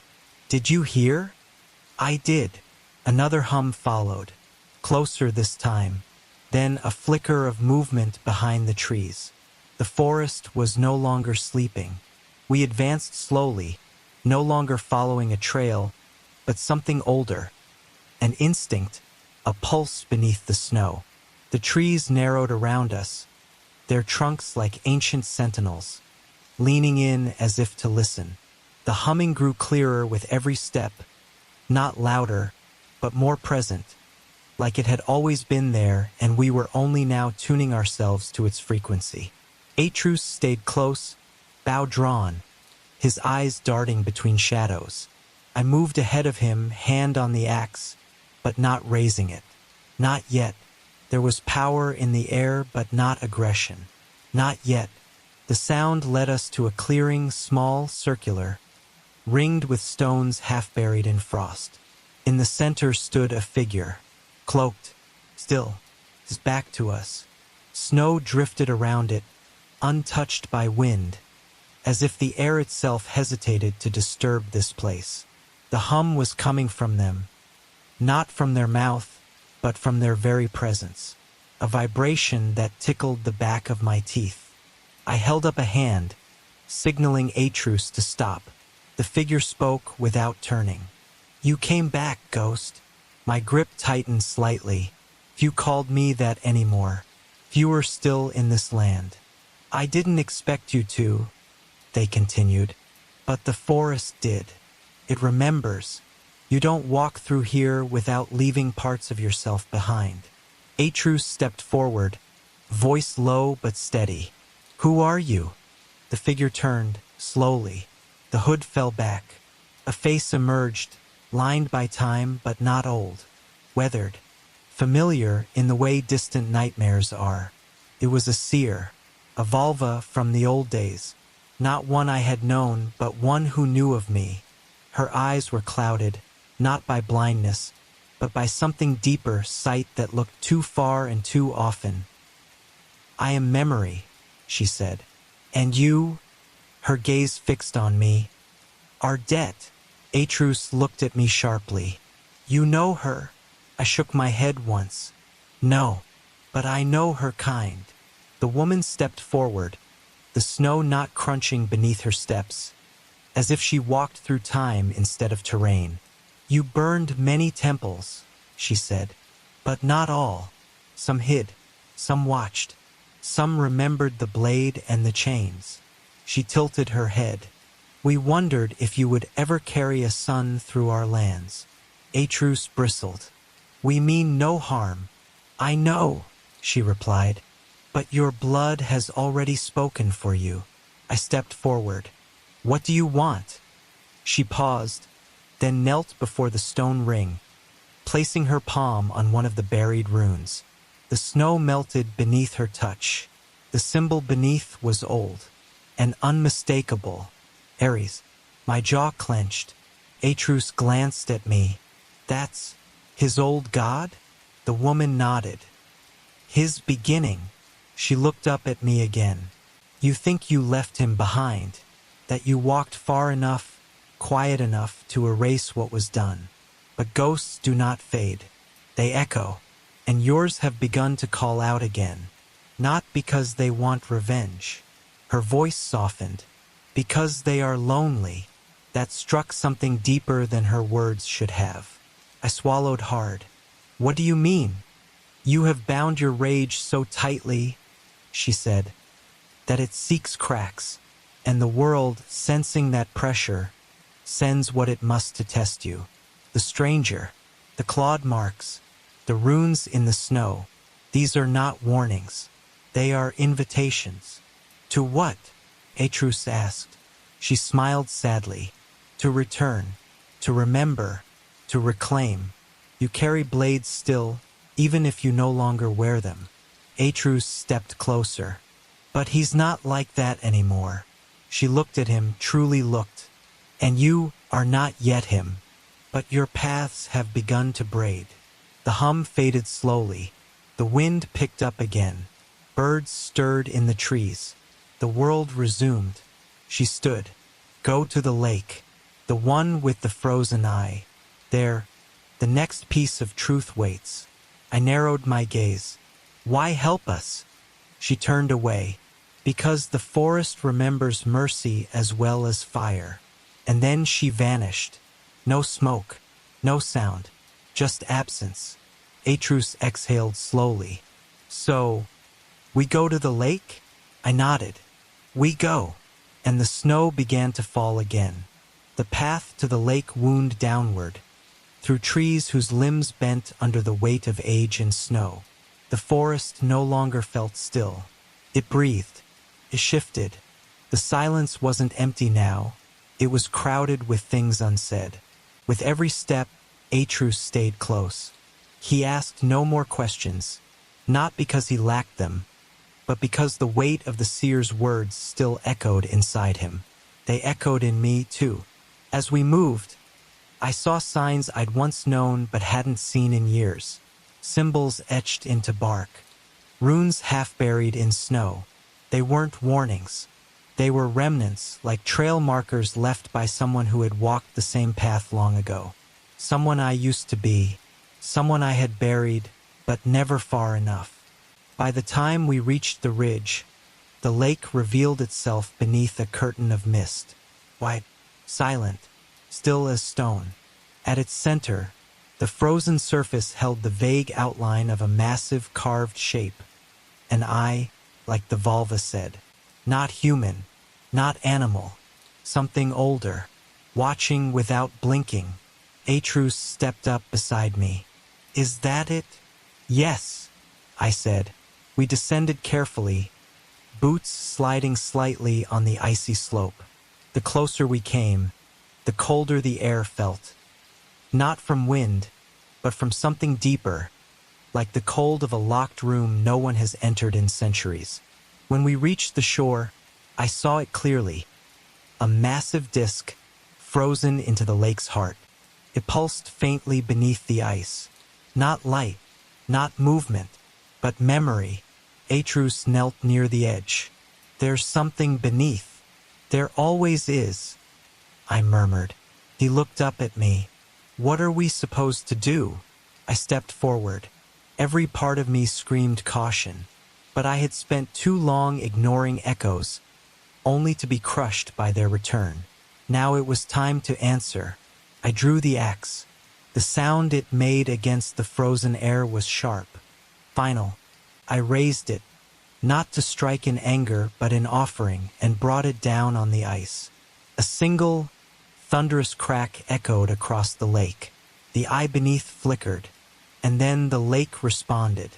The ice shuddered outward in ripples, not breaking, but groaning long, deep, like a breath held too long. The ground beneath our feet trembled slightly, and then came the voice, not like the seer's, not like the stranger's. This one was deep, wet, hollow. You call, it said, and so we wake. Atreus froze. Who? I raised a hand to quiet him. My heart pounded not with fear, but recognition. I had heard this voice once before, not with ears, but in dreams, in the dark, when the memories rose like tides and I could not stop drowning. You walk the land like a man, the voice said, but beneath the surface, you are still war. A crack spidered beneath our feet. I have no quarrel with you, I said. Then why bring your shadow here? The mist on the lake thickened, swirling upward until it formed a figure, vague, shifting, not solid, a silhouette made of frost and breath. It had no face, only the curve of shoulders, the shape of arms. But its presence was enormous. I come for truth, I said. There is no truth in the mirror, it replied. Only reflection. Atreus stepped forward. Then show us what you see. The figure paused. Then it raised an arm, and the ice beneath us began to clear. Not melt, not shatter. Clear like glass, like memory. And beneath it we saw them. Not enemies, not monsters. Ourselves.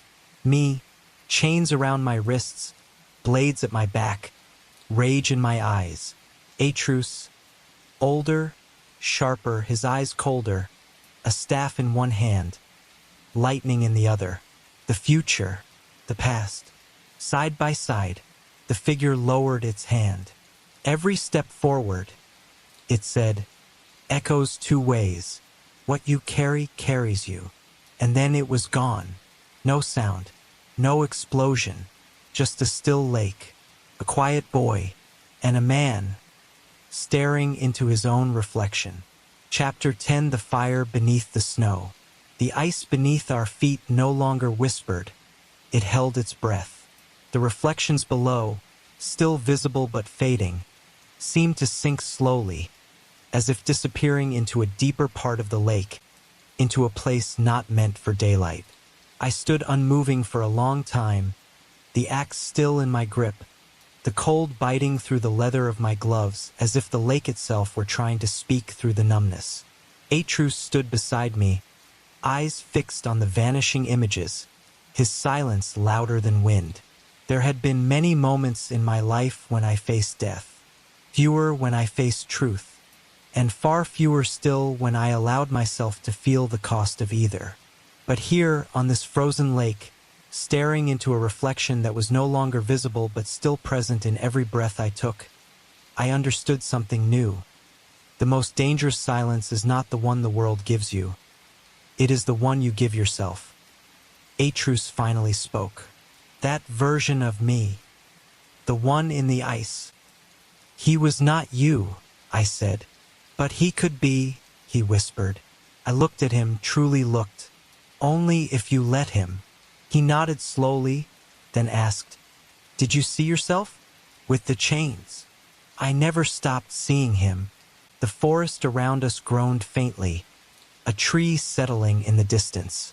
The moment had weight, like the world was pausing, not for drama, but to see what I would choose, what I would say, what kind of man I had become, not in strength, not in battle, but in truth.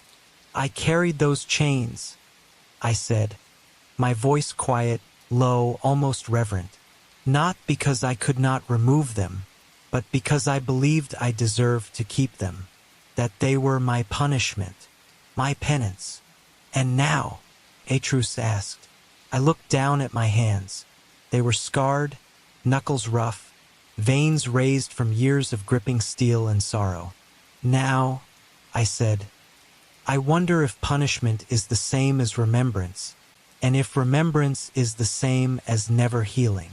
Atreus turned from the lake, stepping a few paces into the snow. He ran a hand through his hair, fingers trembling just slightly. Do you think people like us ever really change? I didn't answer right away. I thought of Faye. I thought of the gods I had killed, of the innocence caught in my fury, of the moments where my silence had broken more than my roar ever could.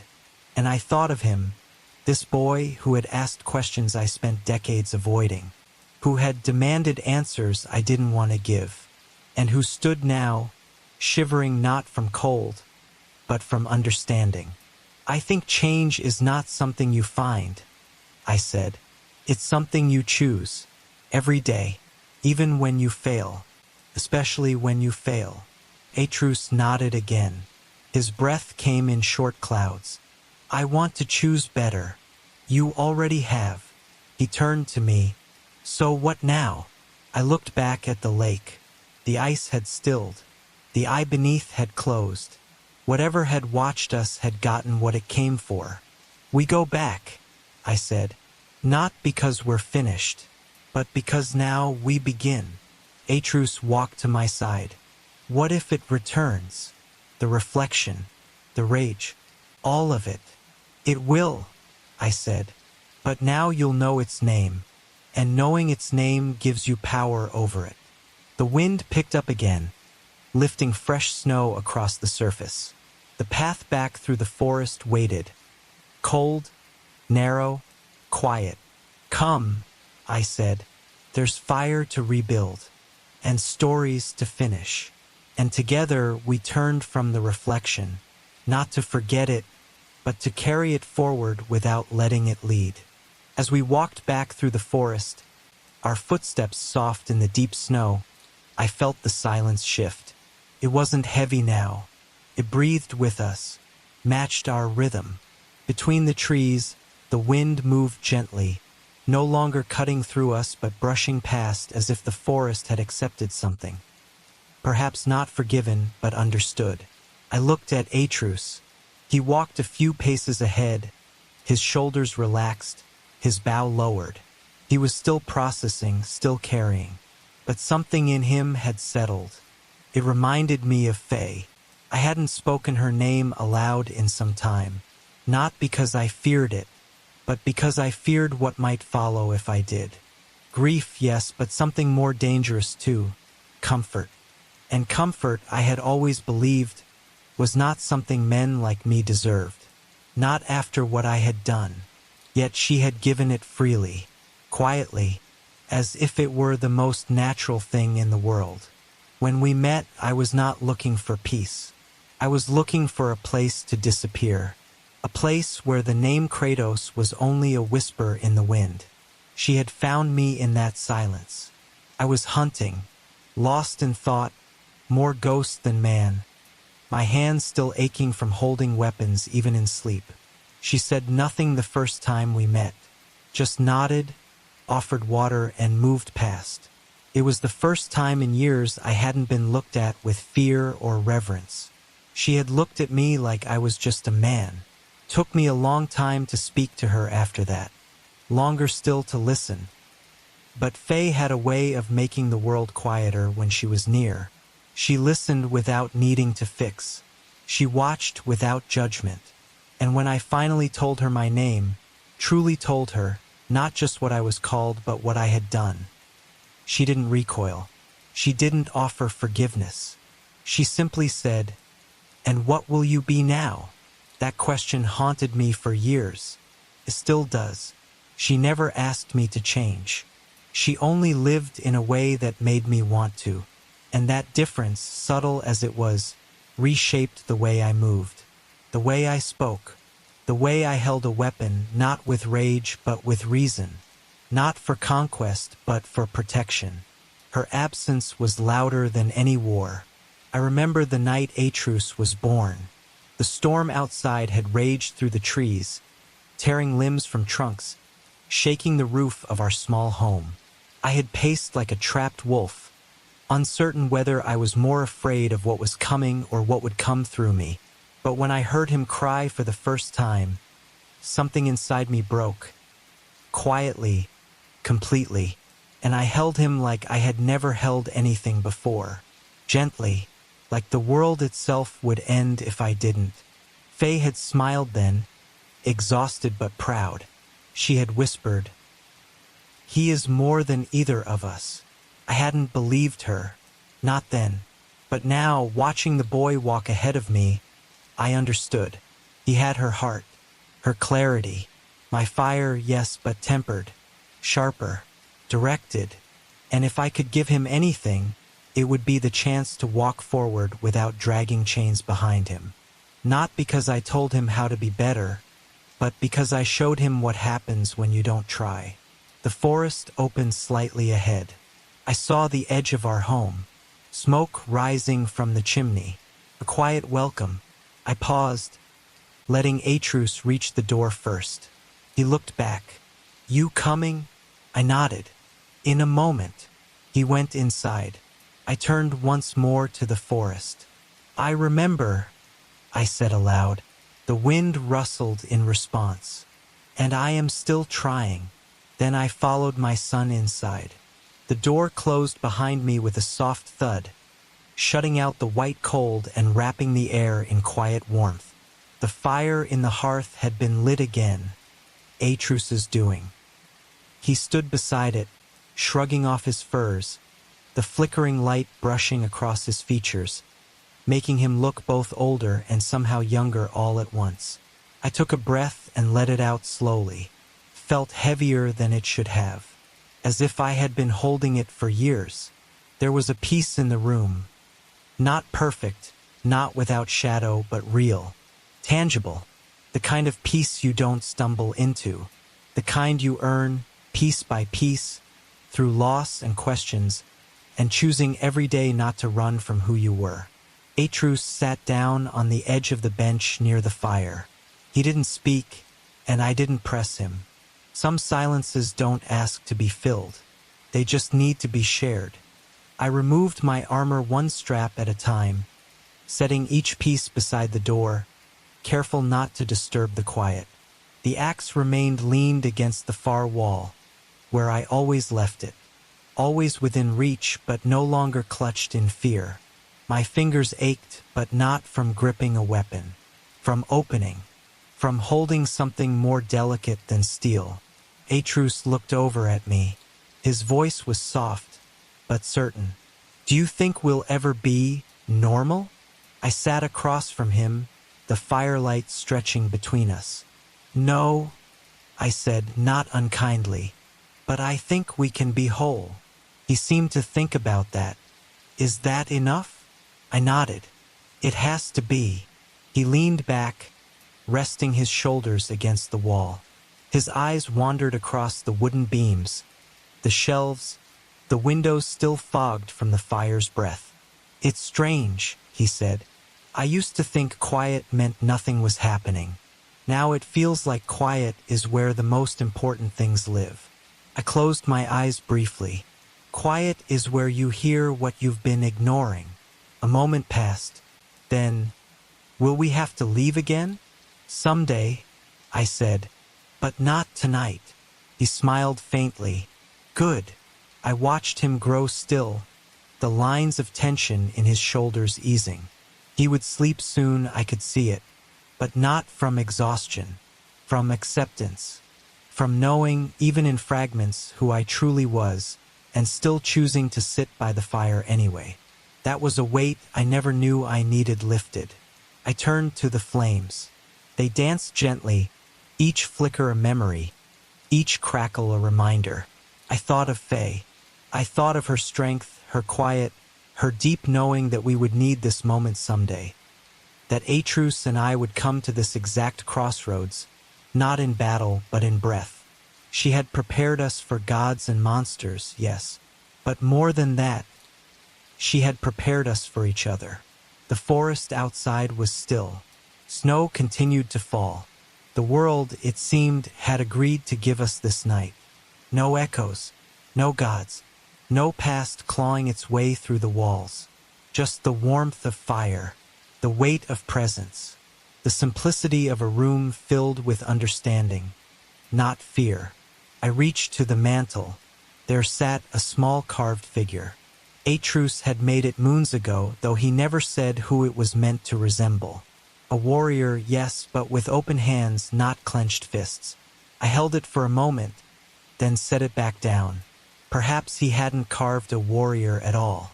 Perhaps it was just a man. I looked back at my son. He was asleep now, head tilted slightly, breathing steady. And for the first time in years, I didn't feel the need to keep watch. I let my shoulders lower, let the fire speak, and allowed myself to sleep. And so the night grows still once more. Kratos rests, not from battle, but from burden. And the forest sleeps again, carrying echoes of a man who dared to change. If this story brought you calm, peace, or simply kept you company in the dark, you are always welcome back. We'll be here with more stories for nights like these. Until next time, be well.